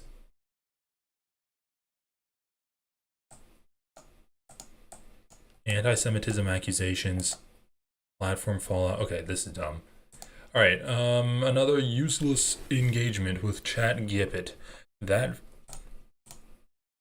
trivializing. I mean, I guess maybe Ethan has like ChatGPT Pro, so it can give him a, I don't know, more nuanced answer. I think it's just someone on his podcast or like Reddit feeding him things that people are criticizing him for.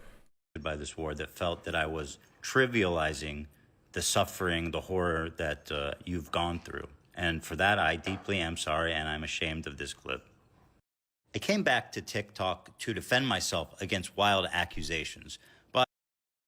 Like, you say that you're sorry for that clip, but you completely missed the point. People were like, oh yeah, you love Israel.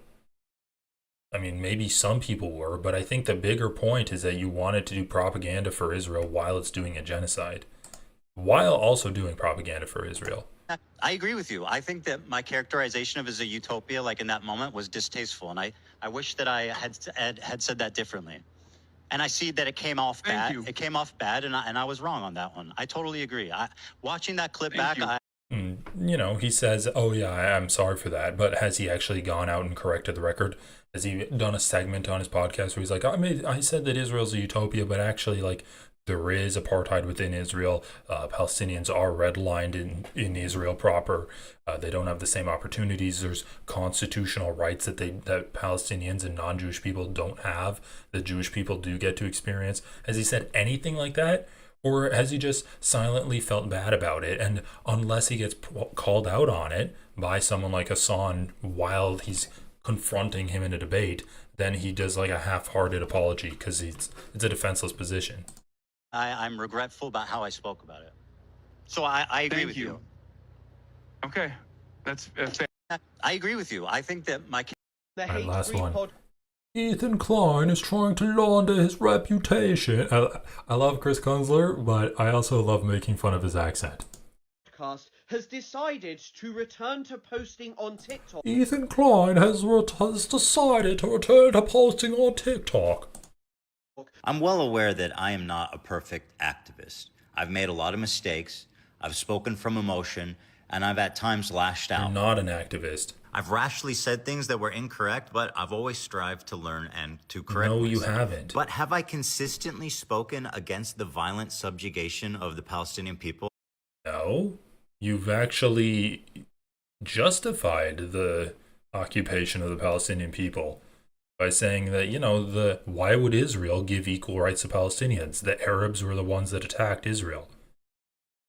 No, you haven't done any of that. You've justified the genocide by saying Hamas can end it at any point by getting rid of the hostages. You've justified bombing hospitals by saying that Hamas has bases underneath hospitals. You've repurposed anti-Semitic tropes to say that Hamas controls the media and they're playing anyone that actually feels bad for Palestinians. You've done the opposite you've been an advocate for Israel. What are you talking about? Against the violent subjugation of the Palestinian people? Yes. This Instagram post. No, you haven't, bro. Is from May 15th. Oh my God, you made one post 4 years ago, almost 5 years ago at this point. And since then, you've gone in the complete opposite direction, justifying every single act of violence that Israel's done against Palestine. 2021. This is a post from 14 years ago on a forgotten Reddit account. I don't agree with Israeli Zionism or West Bank settlements. That's from 14 years ago. Yeah, and then you go on to say that people are criticizing Israel too much in that comment. Read the rest of the comment, bro. Chris knows that hating me is a booming industry and he's reaped the benefit. No, it's not a booming industry. Let me tell you, you are more irrelevant than ever before.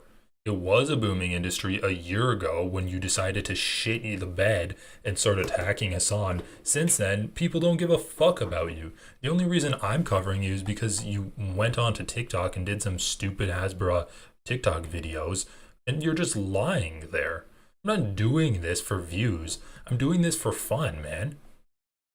I've more views and it's more rewarding to cover Trump or Mehdi Hassan interviewing Piers Morgan than you. Go fuck off and talk to your 5 random audience members that you have sucking you off so that you have some kind of air of levity in your show instead of just complaining about Hassan how he looks in the bathtub. It's of it. Every negative TikTok he makes about me is reshared by Hassan Piker and Taylor Lorenz. Yeah. And the only time Hassan ever invited him on his broadcast was to talk about me. Dude, just shut the fuck up about Hassan. You're supposed to be defending your name and you've spent like the last 30 seconds being like, Hassan also likes Chris Kunzler. Talk he makes about me is reshared by Hassan Piker and Taylor Lorenz. And the only time Hassan ever invited him on his broadcast was to talk about me. I actually scrolled Chris's entire feed, and the only time Hassan ever shares his videos is when he's talking about me, which is a shame because Chris makes a lot of really good pro-Palestinian content. And not to mention that on his YouTube channel, his top 3 most popular posts are all about me. So of course, Chris is not looking to change his mind on me, as he has a vested interest in me remaining a cartoonishly evil, one-dimensional Zionist. Chris is a valuable and... Well, I do have to say, Ethan Klein is not cartoonishly evil. That would be Netanyahu. He's just kind of like the regular, banal kind of evil. Extremely unentertaining and stupid. Effective voice in advocating for Palestinian... Dude, what are you doing? Are you trying to clear your name? Why are you talking about Chris Kunzler covering you? Don't be like, oh yeah, Chris Kunzler is biased because he gets views when he talks about me. Just say what he said and then correct why it's wrong. Freedom. However, he doesn't ever have to face the complexities of having friends and family that were born in Israel, who oppose the government and who have done nothing wrong. And how it feels to see people calling them Nazis and wishing death on them for nothing more than being born somewhere.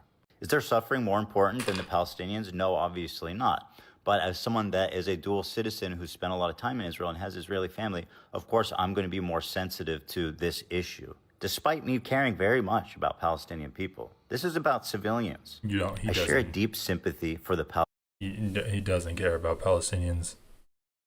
Like, he says he does, but he's never once actually talked about the Palestinian suffering that he claims he cares so much about. Palestinian people. Their suffering, their displacement. What suffering? Care to explain?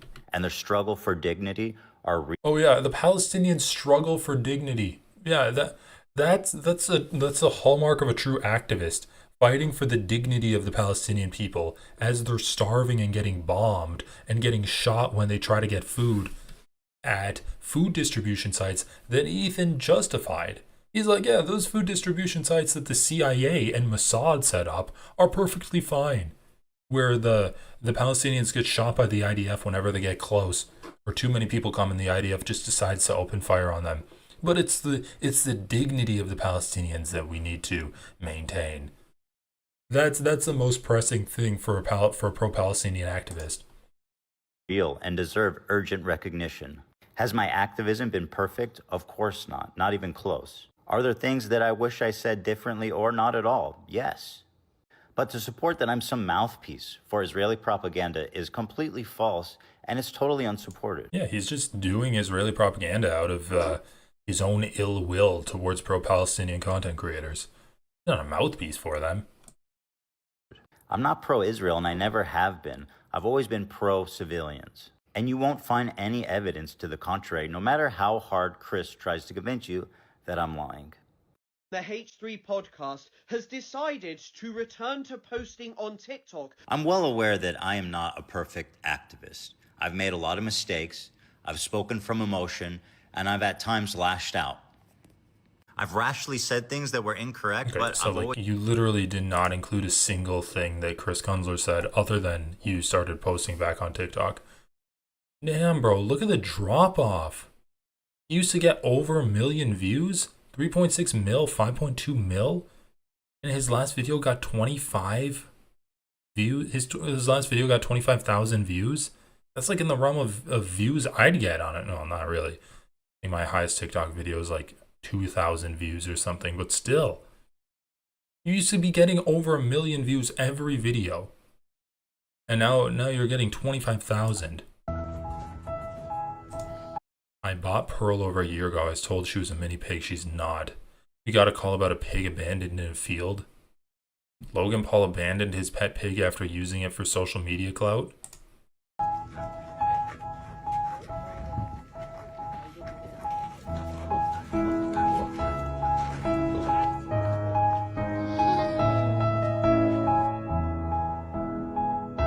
We were told she belonged to a famous YouTuber.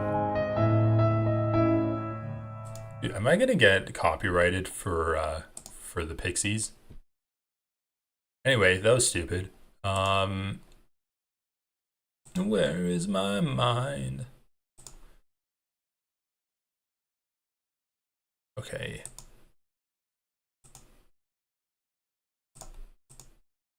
Covered this. Didn't cover that. There's still a lot to go. All right, let's see this. Since we're still on Gaza genocide, there is no genocide. This was a day ago. This is Mike Huckabee. Well, I don't think it's something that we have to sell. It's simple. Chris speaks Arabic. I want to talk. I do want to talk to Chris Kunzler. I'll like reach out to him or something. Simply a matter that the president's priority right now is making sure that all the hostages get out, that the war in Gaza ends, and that there's some stabilization that's brought to this area. He doesn't really want to see anything that could disrupt that. Because if Israel were to annex the West Bank, then that would be the end of the Abraham Accords, wouldn't it? It certainly wouldn't be helpful to it if it happened all at once. But even Israel's decision that I have heard has never been to take all of Judea and Samaria. Why do you call it Judea and Samaria? Judea and Samaria. Well, it's a historic name. That's a historic name. Yeah, not the name that we go by now.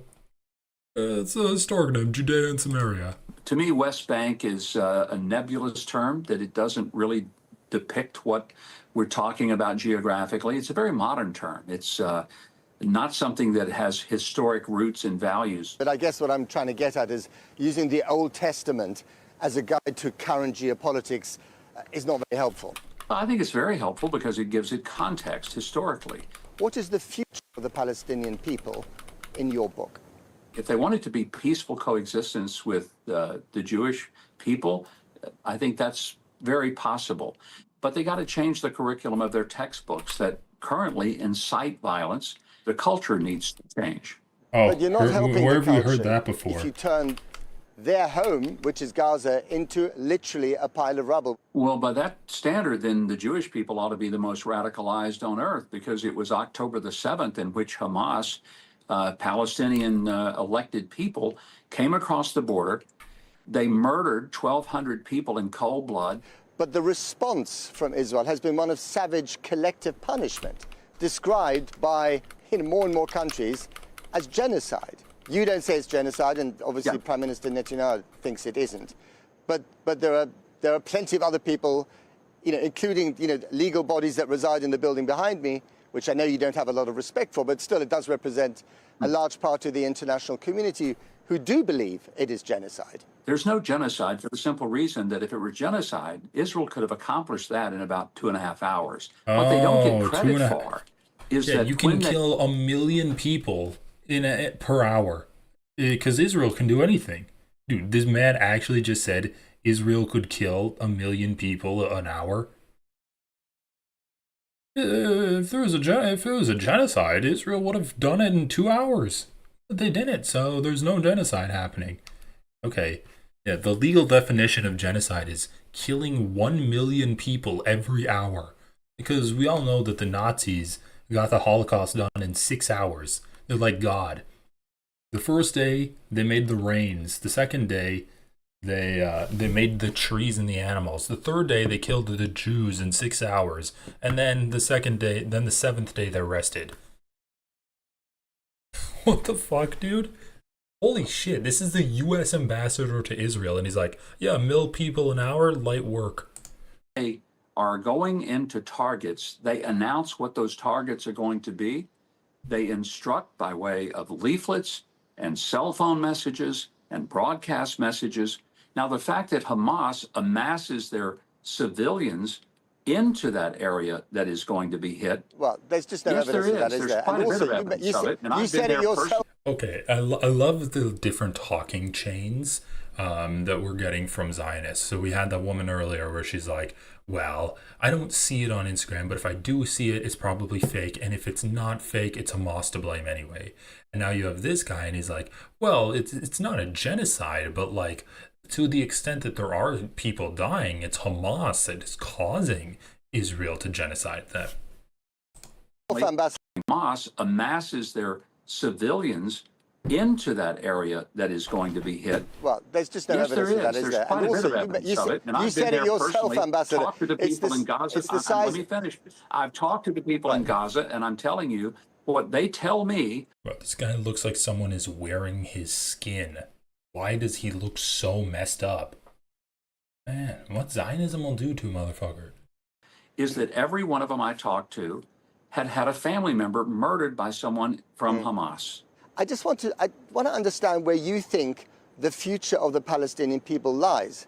Because Finance Minister Smotrich is on record for saying they have 3 options. They can either go to Jordan or Egypt, which would effectively be ethnic cleansing. They can die for their cause, right? They can fight the Israelis and get killed, as they have been in recent years. Or they can live in a greater Israel, but not with full citizen rights, which would effectively be apartheid. So it's either genocide, apartheid, or ethnic cleansing. Which one of those do you think is the solution? That's well laid out. Yeah, genocide, ethnic cleansing, or apartheid. What's going to be the solution? I'm actually really curious to see what Mike Huckabee says, because he is a Christian Zionist, like dyed in the wool Christian Zionist. Also super Islamophobic, like, of course, why would he not be? Yeah, let's what does Mike Huckabee have to say for this one? And I don't think those are the only options that exist for Israel and the Palestinians. Nobody wants to see suffering. Well, I think part of it is that there would be a change of attitude within the Palestinian Authority. They would recognize, number one, they've got to stop some of the corruption within their own government. Britain feels that there should be a two-state solution. The Prime Minister of Israel... What? Just completely dodges the question and is like, well, the Palestinian Authority just needs to be less corrupt. And then that will solve all of the issues. Is on the record this week was saying there will never be a Palestinian state. That's not going to happen. So between these two positions, what is the future for the Palestinian people? I think the honest answer is we don't know. And one of the things that's very troubling about... Bro, it's such a cop-out. It really is. Israel's current actions are either going to be apartheid, ethnic cleansing, or genocide, or complete genocide. What do you think should happen? I don't know. Okay, well, you're the ambassador to the country that's currently doing a genocide, and your answer for what you think they should do with the population they're trying to ethnically cleanse from the land they're trying to annex is, I don't know. Well, maybe we should get someone that does know. Maybe we should get someone that actually has some kind of solution or an idea on how to stop the violence, rather than someone that's just going to sit by and let the genocide happen, which of course is exactly why he's the ambassador, because both Donald Trump and Israel just want Gaza to get annexed or ethnically cleansed. That's what they want. They want a U.S. ambassador that's going to sit back and wash his hands of it. So between these two positions, what is the future for the Palestinian people? I think the honest answer is we don't know. And one of the things that's very troubling about what the Prime Minister of the UK and the President of France has done is they've unilaterally declared a Palestinian state. Well, you just can't do that. You don't just declare the state on top of the Oslo Accords that have been signed and supposed to still be in effect. That would be really a violation of international law. The level of bombardment in the Gaza Strip and settlements, or settlers rather, attacking Palestinian communities in the West Bank makes one believe that they are trying to render any future Palestinian state unviable. Now, with those things happening, do you say to the Israeli government, stop it, or do you give them the green light? I think you say to everyone, stop it, if what you're asking to stop is violence. So whether it's a Palestinian coming across the Green Line and murdering people at a bus station, or whether it's an Israeli who goes into a Palestinian village and murders a Palestinian. Ambassador Huckabee, thank you very much. Thank you. Great to be with you. I'm going to tell the Israelis to stop it. Cut it out. Get some help. Oh, man. This is our government. All right, should we listen to this? No, I can't. I'm done. I want to listen to this. I'm going to subject you guys to listen to this with me. I'm not watching this shit by myself. And thanks to at home for joining. Seen some clips of this. It's not a good look for Harris. Joining us tonight. We do have Vice President Kamala Harris here tonight for her first. Am I using any seals? I'm using like a turtle talisman and I don't know, some other thing. Like better endurance and better. The talisman is better endurance and better guard counter swings. News interview since leaving office, her first news interview since the election. I'm very excited to speak with her. I'm a little nervous about this interview because it's a big deal, I'll tell you. I do have one thing to tell you, though, separate and apart from that, before we get started. MSNBC has just today announced that my new documentary is going to be airing here on Friday, October 17th. This is a brand new documentary I've made. It's called Andrew Young, The Dirty Work. We're going to have a special Rachel Maddow show here on MSNBC that night at 8 p.m. Eastern. It's Friday, October 17th, and then the doc is going to air right after the show. So if you just pop that in your calendar for me, if you don't mind, Friday, October 17th, I will have more to tell you about it in the days ahead, but it was just announced today, so I wanted to let you know. That said, tonight we are going to be speaking with Vice President Harris. You may remember there was a sort of mantra in her campaign, a call and response that she used in her rallies. She would say, when we fight, we win. I guess she didn't She'd fight. say, when we fight, and then everybody would say back with her, we win. And of course, what everybody knows now very much all too well is that she did not win the election.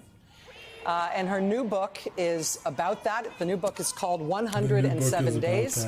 It comes out tomorrow.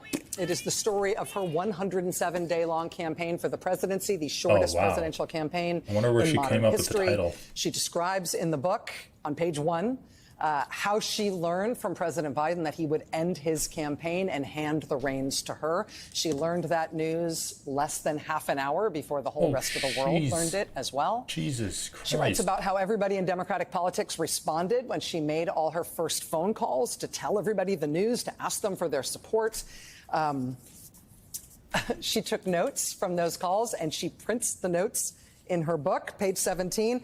Bill Clinton says, oh my God, I'm so relieved. Send me anywhere. Make this your own campaign. Hillary Clinton, we'll do whatever we can. We'll jump on a plane. We'll get on Amtrak. Jim Clyburn says, that was your first mistake, man. You call the Clintons. Yeah, let's call the last person that lost to Donald Trump and have them help me campaign against him. let's go. I'm all in. Roy Cooper, governor of North Carolina, says, before you say anything, I'm all in. Pete Buttigieg says, you are going to be a fantastic president. Mark Kelly, the senator from Arizona, Vice President Harris writes, quote, he tweeted his endorsement even before I reached him. So far, so good, right? But not all the calls went like that. And this is the kind of campaign book you might diplomatically call candid, which means it is not all nice. And so we also get Vice President Harris's notes on the other responses she got. Gretchen Whitmer, I believe you will win, but I need to let the dust settle. Talk to my colleagues before I make a public statement. What? President Obama says in part, quote, Michelle and I are supportive, but not going to put a finger on the scale Kamala was right really now. letting Let it all Joe have loose, his huh? moment. Think through timing. Nancy Pelosi says in part, it's important that there's a process. We have a great bench. We should have some kind of... So basically she's saying these are the politicians that had good instincts. These are the politicians that had good political instincts and were a little bit wary about immediately jumping in to a campaign bed with me. Obama, Pelosi, Gretchen Whitmer, all of these people were actually very smart for not immediately endorsing me and being like, yes, you're our next candidate. If Joe Biden can't run, we want you to run. Because, yeah, Kamala Harris, I'm sorry, was not a good candidate. I mean, I'm not sorry, but you guys already know that. Right.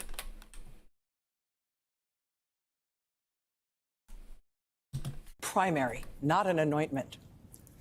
Bernie Sanders says in part, quote, please focus on the working class, not just on abortion.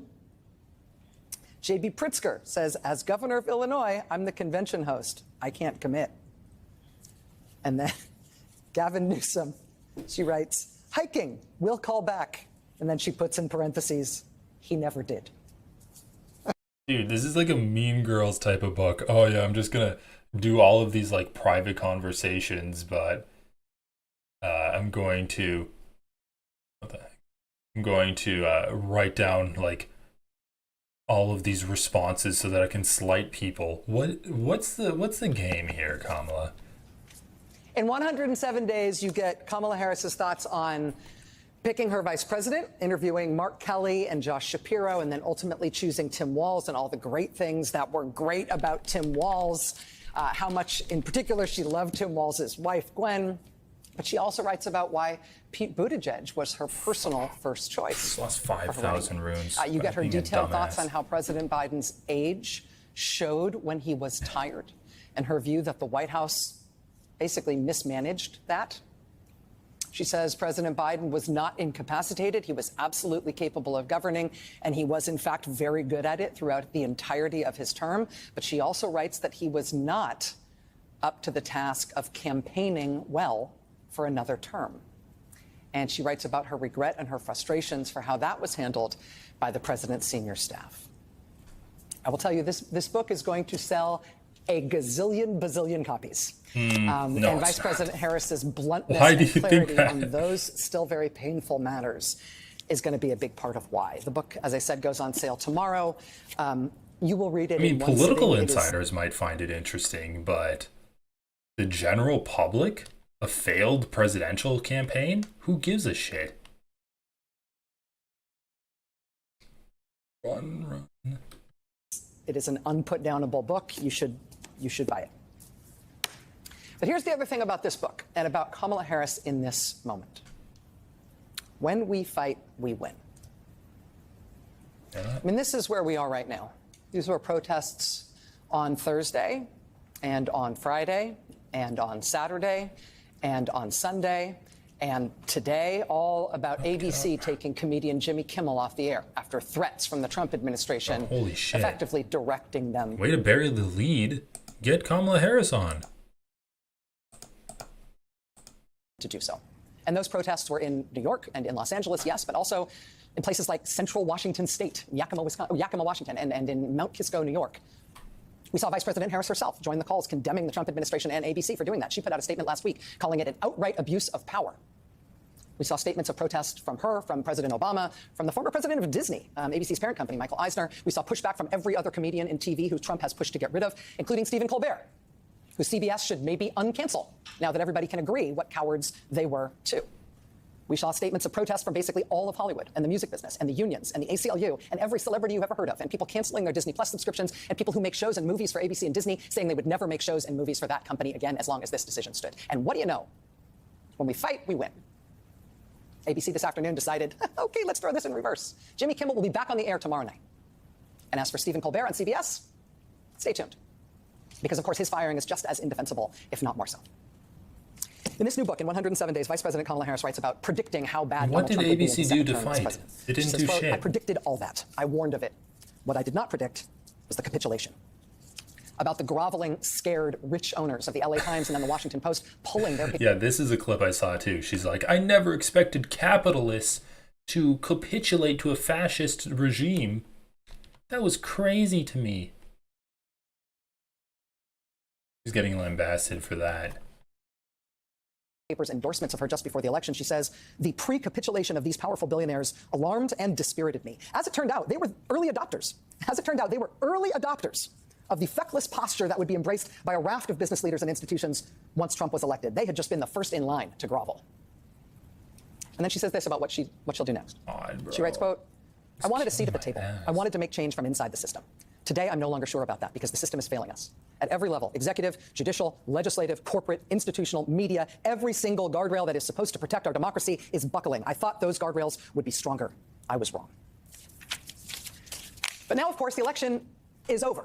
And with the election now over, the fight that we're in now is to shore up those guardrails, to rebuild them where they have fallen, to make powerful people less cowardly somehow, to stop people and institutions from capitulating. And if they do capitulate, the job now, the fight now, is to get them to see that. Okay, where the hell is Kamala Harris? Like, let's actually get her on. Good to see you. I think it's good to be here. It's weird to talk about you with you sitting here and me pretending you're not here. Oh, it was awkward for me too. Okay. How have you been? I am well. Yeah, all things considered, I am well. How have you been taking your care? All things considered, you lost a presidential election.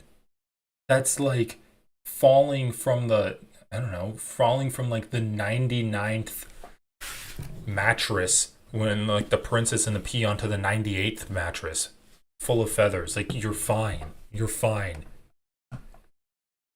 You got an inch cut off of your 100-foot long hair as Rapunzel. Take care of yourself since the election. You know, I have an incredible family. I've been spending more time with them I'm than I have fine, for quite all some time. things Cooking. considered. I'm fine, all things considered. What do you mean? What do you mean? You were the fucking vice president, then you took a 9-month-long vacation. To write a book. I'm fine, all things considered. My fingers have some calluses from... Oh my god, dude. I was playing Elden Ring so long that I really got stressed out from trying to fight all of the bosses, but I'm fine, all things considered. And writing and reflecting and, talking to a lot of people, making a lot of calls, receiving a lot of calls. So I've been busy. Let me talk to you about this capitulation thing. It's really landed with me. I feel like we're all in the middle of it, but you articulating it in the way that you do, you've become the patron saint of I told you so, in terms of people understanding the sort of... Yeah, That's what everyone loves. Everyone loves someone who just can't resist saying "I told you so." That's what America needs, an "I told you so" president. You're the patron saint of "I told you so," and that's why you lost the election.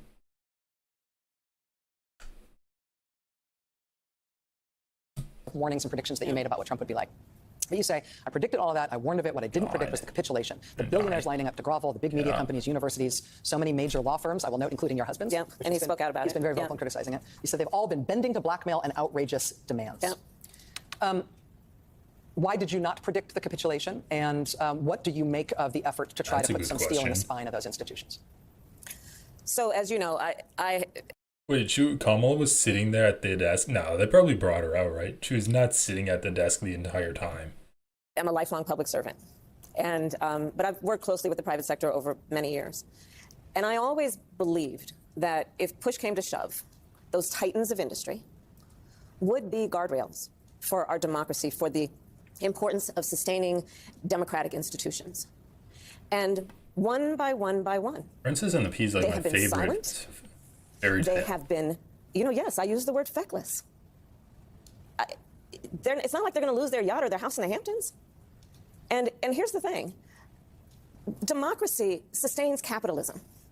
Capitalism thrives in a... Kamala Harris understanding the innate contradiction between capital owners and like people that are just trying to get by and live is like, oh yeah, a capital owner wants to always have more money than everyone else, regardless of what that looks like. Bro, holy shit, I'm just getting wrecked. It's like people just want to be richer. They don't want enough to get by. They want to be richer.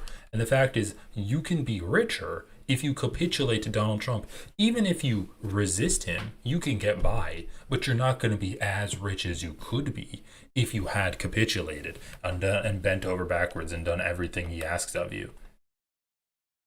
That's what she, like, I don't know, man. Obviously, she serves capital, but if we're going to take her at her word, it's extremely naive to be like, well, of course they're still going to have a boat and a house, and they're still going to have their job, but I'm surprised that they sacrificed some of their wealth, or that they didn't sacrifice just a little bit of their wealth in order to maintain these liberal institutions that we've been relying on. democracy. And right now we are dealing with, as I called him at my speech on the ellipse, a tyrant. We used to compare the strength of our democracy to communist dictators. That's what we're dealing with right now, Donald Trump. And these... Yeah, a communist dictator. Holy shit. Like, seriously, just such a bad politician. Everything that comes out of her mouth. Donald Trump's a communist dictator. I expected the capitalist overlords to defend our institutions, but the communist dictator proved them all to be feckless. Like the communist dictator turning all of the capitalists into communist lackeys? Is that what we're getting from her? Bro, this thing's kicking my ass. All right, I'm going to try it a few more times. Titans of industry are not speaking up. And perhaps it is because his threats and the way he has used the weight of the federal government to take out vengeance on his critics is something that they fear, and I get that. I understand why they do. We've seen the demonstration of it. Perhaps it is because they want to please him and nominate him for a Nobel Prize. Perhaps it's because they want a merger approved or they want to avoid an investigation. Yeah. But at some point, they've got to stand up. Why? For the sake of... No, you don't get to get away with just saying that in theory, eventually capitalists have to stand up against Donald Trump. That's not a given. You don't get to just say that and move on. Why? You listed pressures that were leading them to capitulate. Where are the pressures of them wanting to stand up and resist Trump? Where are those pressures? The pressure of their own conscience? That pressure? Come on. Speak up, spit it out. People who rely on all of these institutions to have integrity and to, at some point, be the guardrails. against a tyrant who's using the federal government to execute his whim and fancy because of a fragile ego. I know that your parents took you to protests in a stroller when you were a little kid, before Yes, you were did. literally able to be there to walk in that. You've talked about the civil rights movement and its moral legacy being part of your moral core. Yes. I feel like a lot of the defenses that we tried to build up in advance of this type of a sort of would-be authoritarian takeover were about warning people about how serious the threat was and warning people about what this could mean and what we were in danger of. Now that we're up against it, though, I'm not sure that we have great skills to actually not warn about it but fight it. And if the problem is the system collapsing and the guardrails, as you say, collapsing, and people who have power, who ought to be titans, not acting in any sort of and Titanic standing way. together, because there is safety in numbers, as the saying goes. Yes. I wonder if the American people who are repulsed by what Trump is doing and who are in public opinion polling very much against what he's doing, as you note in the book, are going to be... That would be fun to do, like a whole Brothers Grimm fairy tales class analysis dissection of it.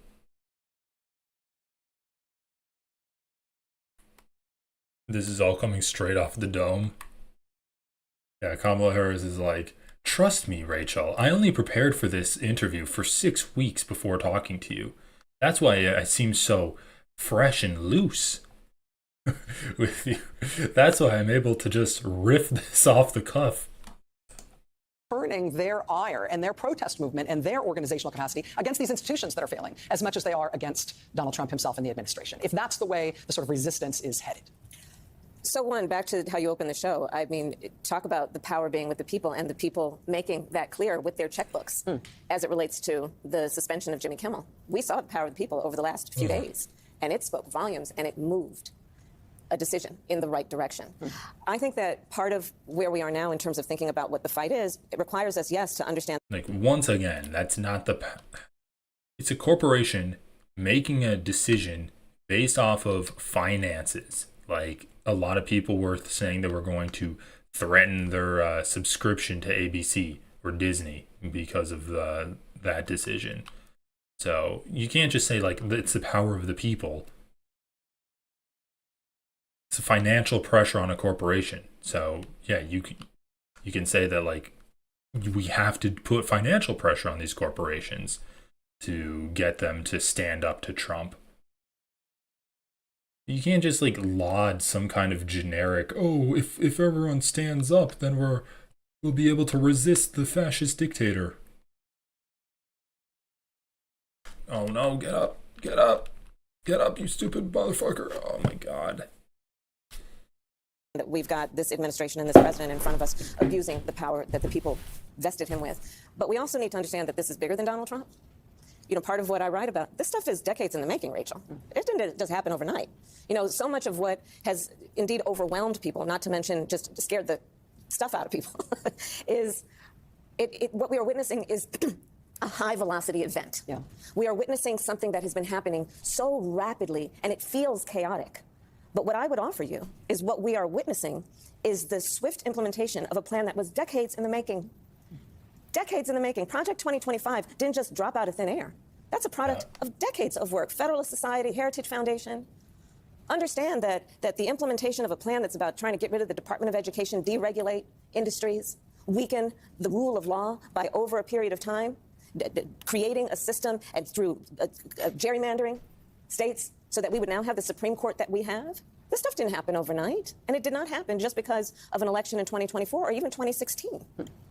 So when we talk about where the fight must go, there is the aspect of it that is about the immediate moment, such as the weight of the federal government being used to silence critics, citizens, and it must be about understanding that this did not just happen overnight, and we have to pay attention to an agenda that is not going to necessarily go away when this guy is finally termed out of office.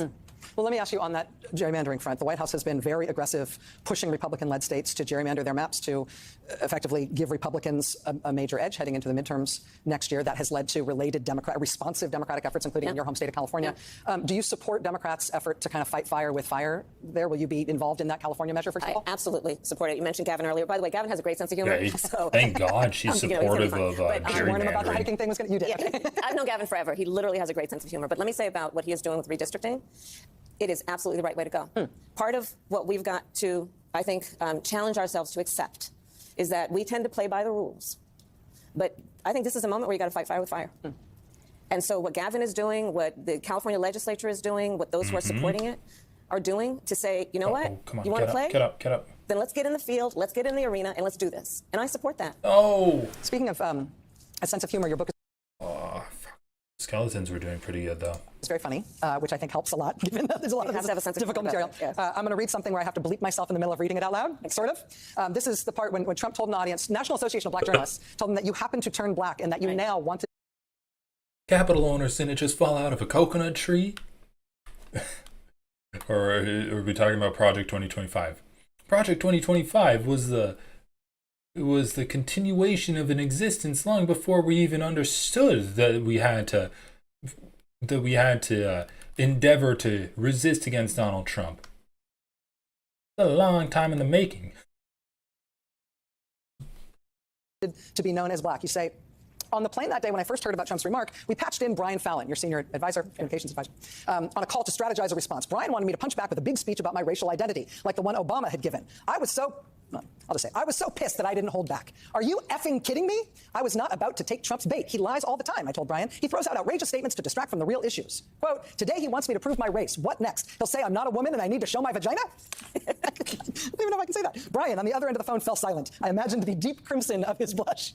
All right, so first of all, you made me say it. I really have. Yes, but how do you decide? I mean, in the moment, particularly when it's so ridiculous, it's funny. How do you decide when to not take the bait and stay off the terms? Guys, you don't understand. She wrote a book. She earned the confidence with every single page that she wrote.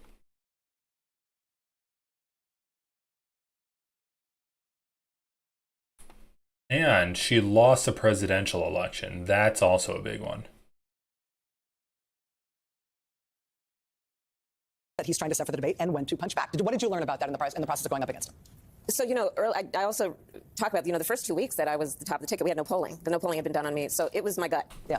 And so I came up with this speech that actually was about, you know, I was a prosecutor. I dealt with people who engaged in sexual abuse. I was attorney general. I took on people who engaged in fraud, on and on and on.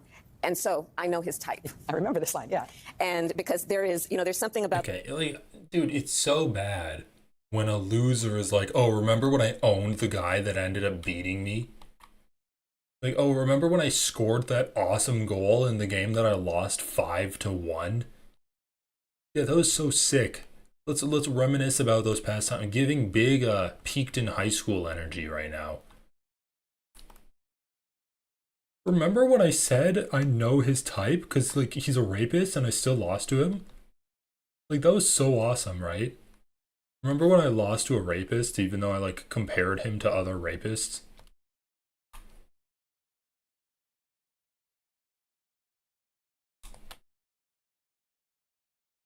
In the English language, that phrase, I know his type, that does a lot of work for you, because it's something we all relate to, whether it was that boss, it was that person, whatever.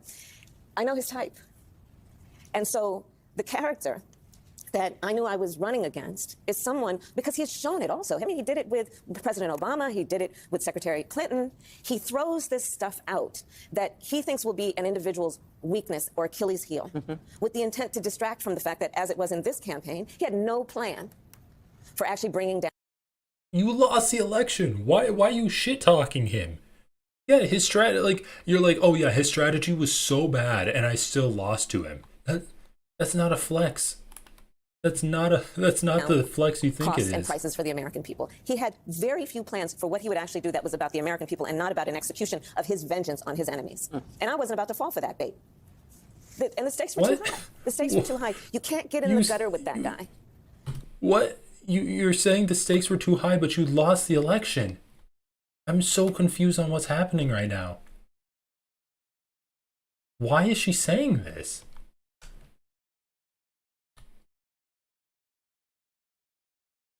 The stakes were too high to fuck up, but I did fuck up, and I lost the election as a result. It is the way that he distracts from the fact that, for example, right now, he promised the people who voted for him that on day one he'd bring down prices. And I do believe, Rachel, that's one of the main reasons that the people who voted for him elected him, because they believed he would do it. He lied. We're now in a position where unemployment is up, inflation is up, the cost of groceries is up.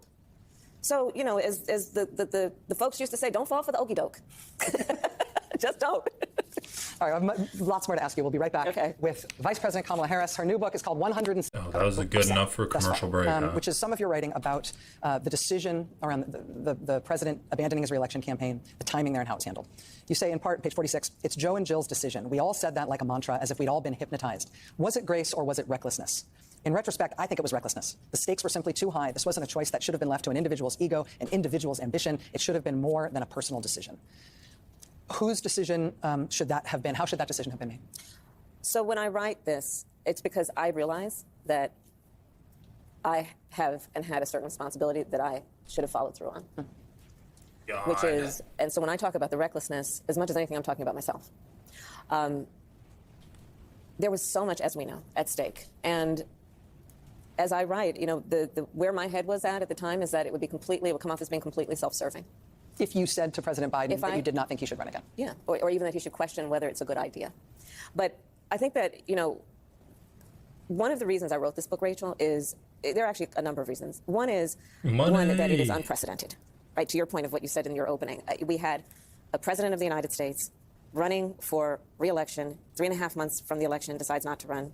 The sitting vice president enters the race against a former president of the United States who's been running for 10 years with 107 days to go. And it ended up being the closest presidential election in the 21st century.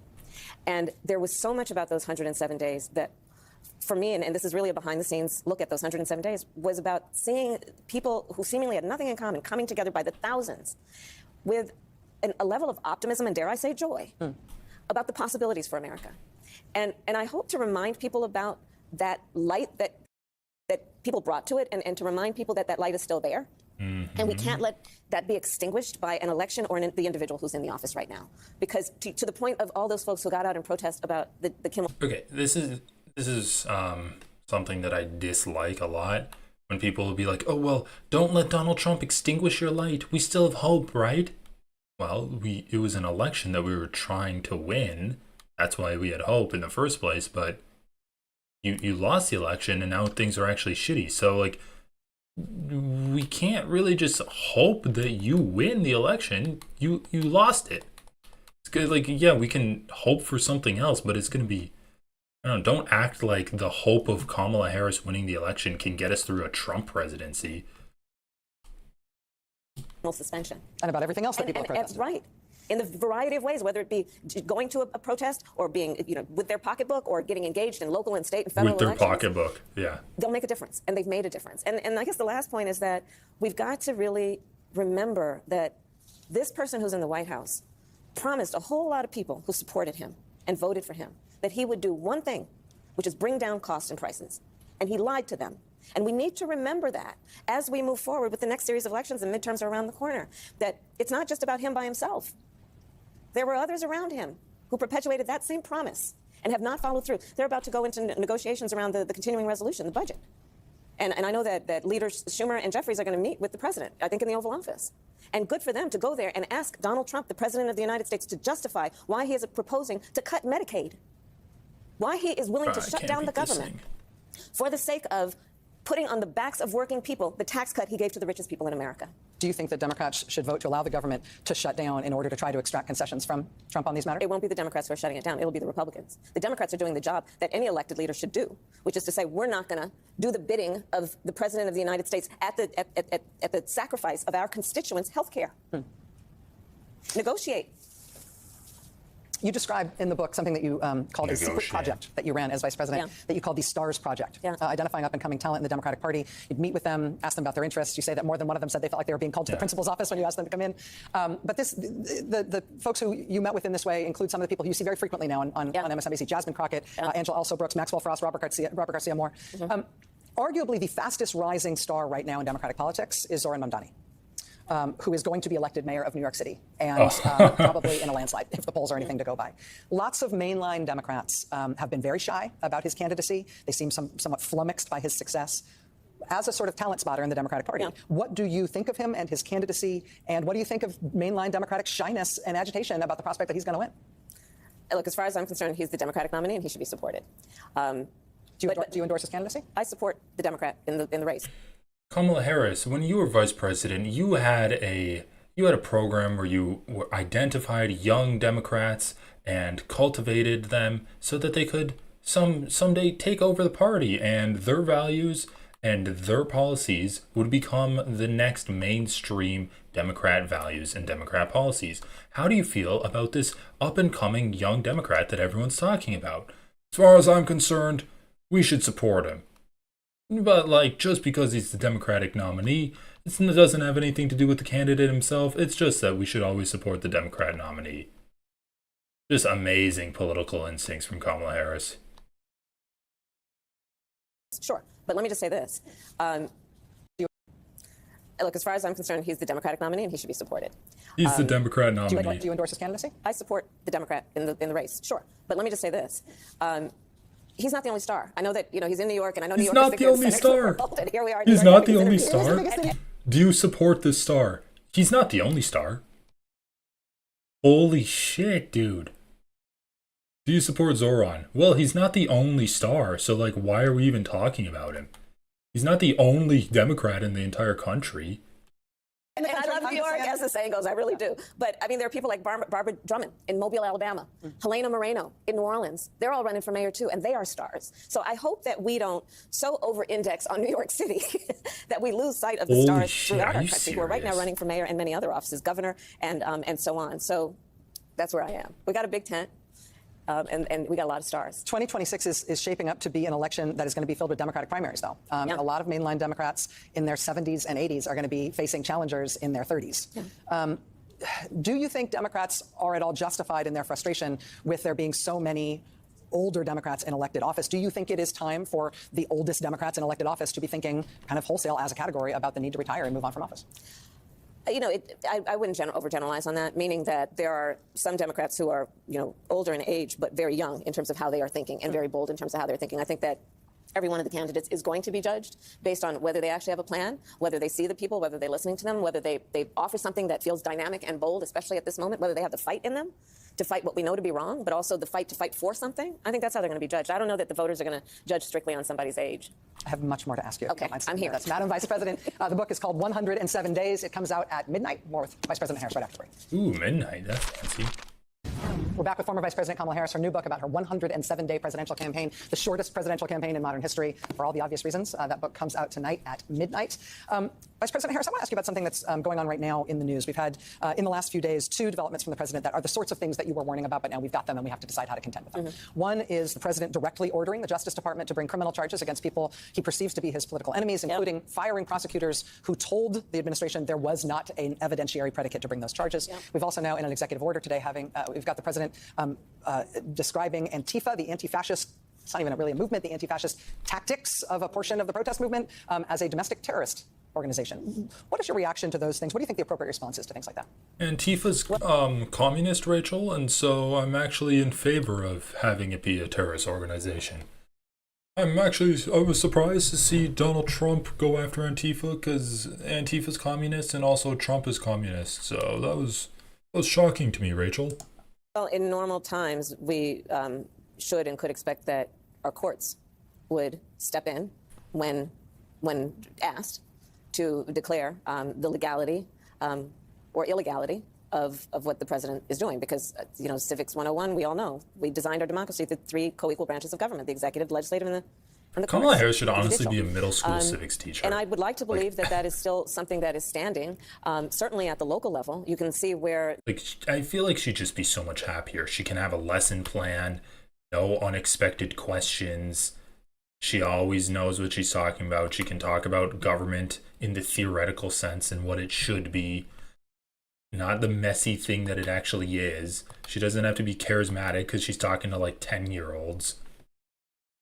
Everyone would think, all of her students would think she's a genius. She'd be in a great spot. The various courts have actually provided the guardrails against his abuse of power, against President Trump's abuse of power. The lower courts have been more inclined to step up. But my fear is that as some of those cases reach the United States Supreme Court, that we can't necessarily count on precedent to dictate how they will rule on the president's power. And again, Rachel, we talked about this during those 107 days, because remember, the court before the election basically said that the president of the United States would be immune from whatever he did in office. So he walked in to the White House with what he thinks is a blank check. And specifically on the Justice Department, that immunity ruling effectively told him he can direct the Justice Department to do whatever he wants, which he's now doing online, telling them to bring baseless prosecutions. But, you know, there are a couple of things that have happened this week, and every week we should take note when they do. But one, again, we've talked about the response to the Kimmel suspension, but the other is that U.S. attorney who was appointed by the president is a Republican and said, I'm not doing it. Mm-hmm. And as a former prosecutor, you know, one of the things I know, whether people like it or not, is prosecutors, seems more like a for the vice most part, principal. especially if they like a vice principal that substitute teaches civics lessons every few months. been doing it for a while, are apolitical and take seriously their oath to do justice without fear or favor and to do what they believe is the right thing to do based on the facts and the law. And we have seen this week evidence of someone who I'm sure didn't vote for me, and we may disagree on a whole lot of other stuff, but he had the courage to stand up and say he's going to follow his oath and do what is ethically right. So let's take heart and hope that others within the Department of Justice will see that is, you know, have a something that steers their conscience. But, you know, I mean, let's not also be distracted by the fact that there are going to be the career people who understand that. But then Trump is appointing people to these positions who have no experience as a prosecutor. And the closest they have to it is their experience defending him against crimes, and are now sitting behind the desk making decisions about who should be charged with what. So it is a scary time. I don't mean to suggest otherwise, but there are these moments that we should also take note of. Yes, and there have been, to that point, there have been multiple Trump-appointed U.S. attorneys who have resigned or left office. Yes, they have. Yes, they have. Yes, they have. Let me ask you a politics question. I mentioned in the intro tonight that you say in the book really bluntly that your personal first choice for your running mate would have been Pete Buttigieg, and you praise him effusively. You say he would have been an ideal partner if I were a straight man.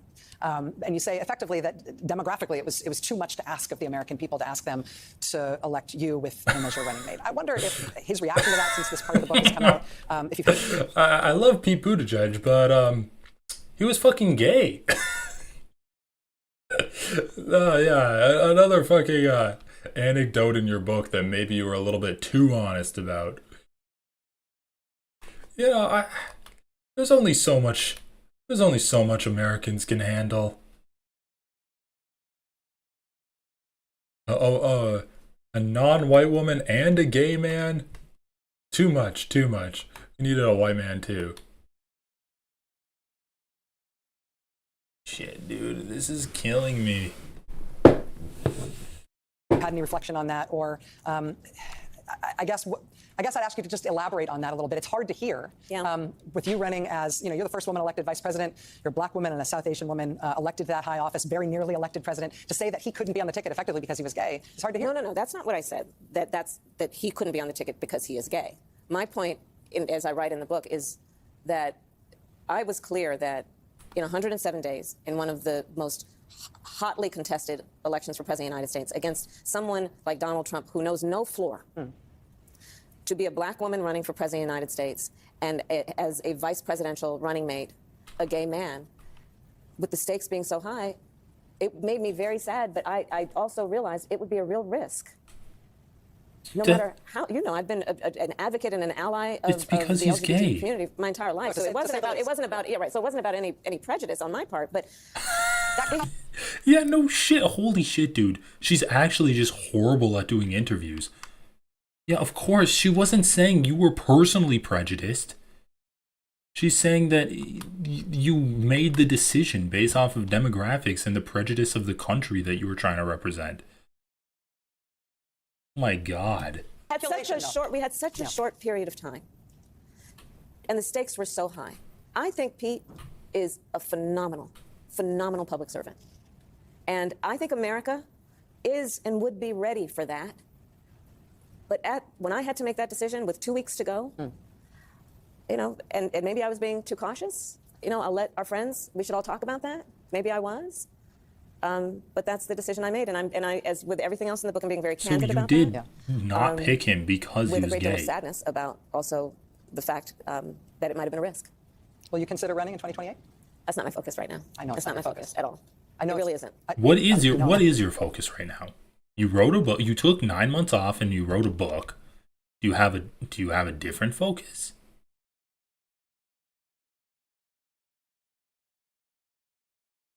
Like, you haven't really done shit in terms of you know, publicly speaking out against the Trump administration or campaigning or getting people to rally against Trump at all. What is your current focus? Yeah. Well, I know you're not considering it now, but are you saying, when you said you're not going to run for governor of California? Correct. Were you saying you were never going to run for anything ever again, or were you just saying I'm not going to run for that office right now? That was Let's fucking go. Hey, I don't get anything. Opaline bubble tier. Crimson burst crystal tier. Interesting. I knew the poison would pay off eventually. decision before me, and I made the decision not to run for governor of California. By the way, there are a lot of great candidates running, and I love my state, and we want somebody to definitely follow in the footsteps of Gavin in terms of standing up and understanding the power that California has to stand up to what we're saying in D.C. As politic as you are being in those remarks, you are beautifully impolitic in this book in a way that makes it honest and, as I said, candid, fun to read, and I think really important. I think it is blunt and true, and I commend you for writing it and for being willing to go out there and defend it and talk about it in these blunt terms at a time we need some real straight talk. Thank you. Thank you for being here today. Thank you. I appreciate that. Thank you, Rachel. Thank you. Thank you. The book is called 107 Days. It is compelling and funny and a little dishy, and it comes out tomorrow. Former Vice President Kamala Harris is going to be doing 15-city book tour. If you don't have tickets yet already, you should make sure to get tickets to go see her on this journey. All right, we'll be right back after this. Stay with us. Okay. I guess that's everything. Then she's talking to someone else. All right, guys. Ooh, I'm gonna call it there. Thanks for watching, everyone. Happy Friday, happy Saturday morning, everyone. Have a great rest of your weekend. And I will talk to you later. Yeah, I guess we can do a bit of a debrief, but Kamala Harris, let's just go here. I mean, I'm tired, but wait, what the hell? Is my thing working? There we go. Kamala Harris is not a great politician. She had bad instincts in terms of her media opportunities, refused to go on Joe Rogan, was very tepid in terms of going on to strange waters and nouveau media outlets like podcasts and stuff. There was an anecdote in her book that was kind of blowing up where she couldn't even handle an interview with Dr. Brian, who has a YouTube podcast, and she couldn't go on there without a full briefing. And so she was mad at her staff for that. Her politics weren't very good. I always say that, oh yeah, her biggest policy was if you start a small business in a majority area of a city, then you can get a loan from the government. I think that's horrible policy. She refused to differentiate herself from Joe Biden in any aspect of the campaign. She famously said that she couldn't think of anything that she would have done differently if she was president. While the entire world was going through an anti-incumbency period, the Democrats had a rare opportunity to run an anti-incumbent candidate while still being the incumbent. Extremely rare opportunity, and they completely flubbed it to one of the worst candidates and campaigns in history. Donald Trump was falling apart talking about Arnold Palmer's cock during the final few weeks of his campaign. He literally had a Nazi reminiscent rally in Madison Square Garden a week before the election. Kamala Harris was not a good candidate then, and she's not a good politician now. She wrote this book to cash in on her presidential bid, because what else can you do after a failed presidential bid and you don't actually hold any kind of office? The Democratic Party should not go with Kamala Harris in the future. She should really not run for any kind of office, because I don't know, she's not a good campaigner. And I just hope to God that she disappears and the Democratic Party can go more in the direction of Zoran, who, as far as we know, is a effective politician and is, of course, a great campaigner as well. So anyway, that's all for me tonight. Guys, everyone, have a great rest of your evening, and I will talk to you later. Peace.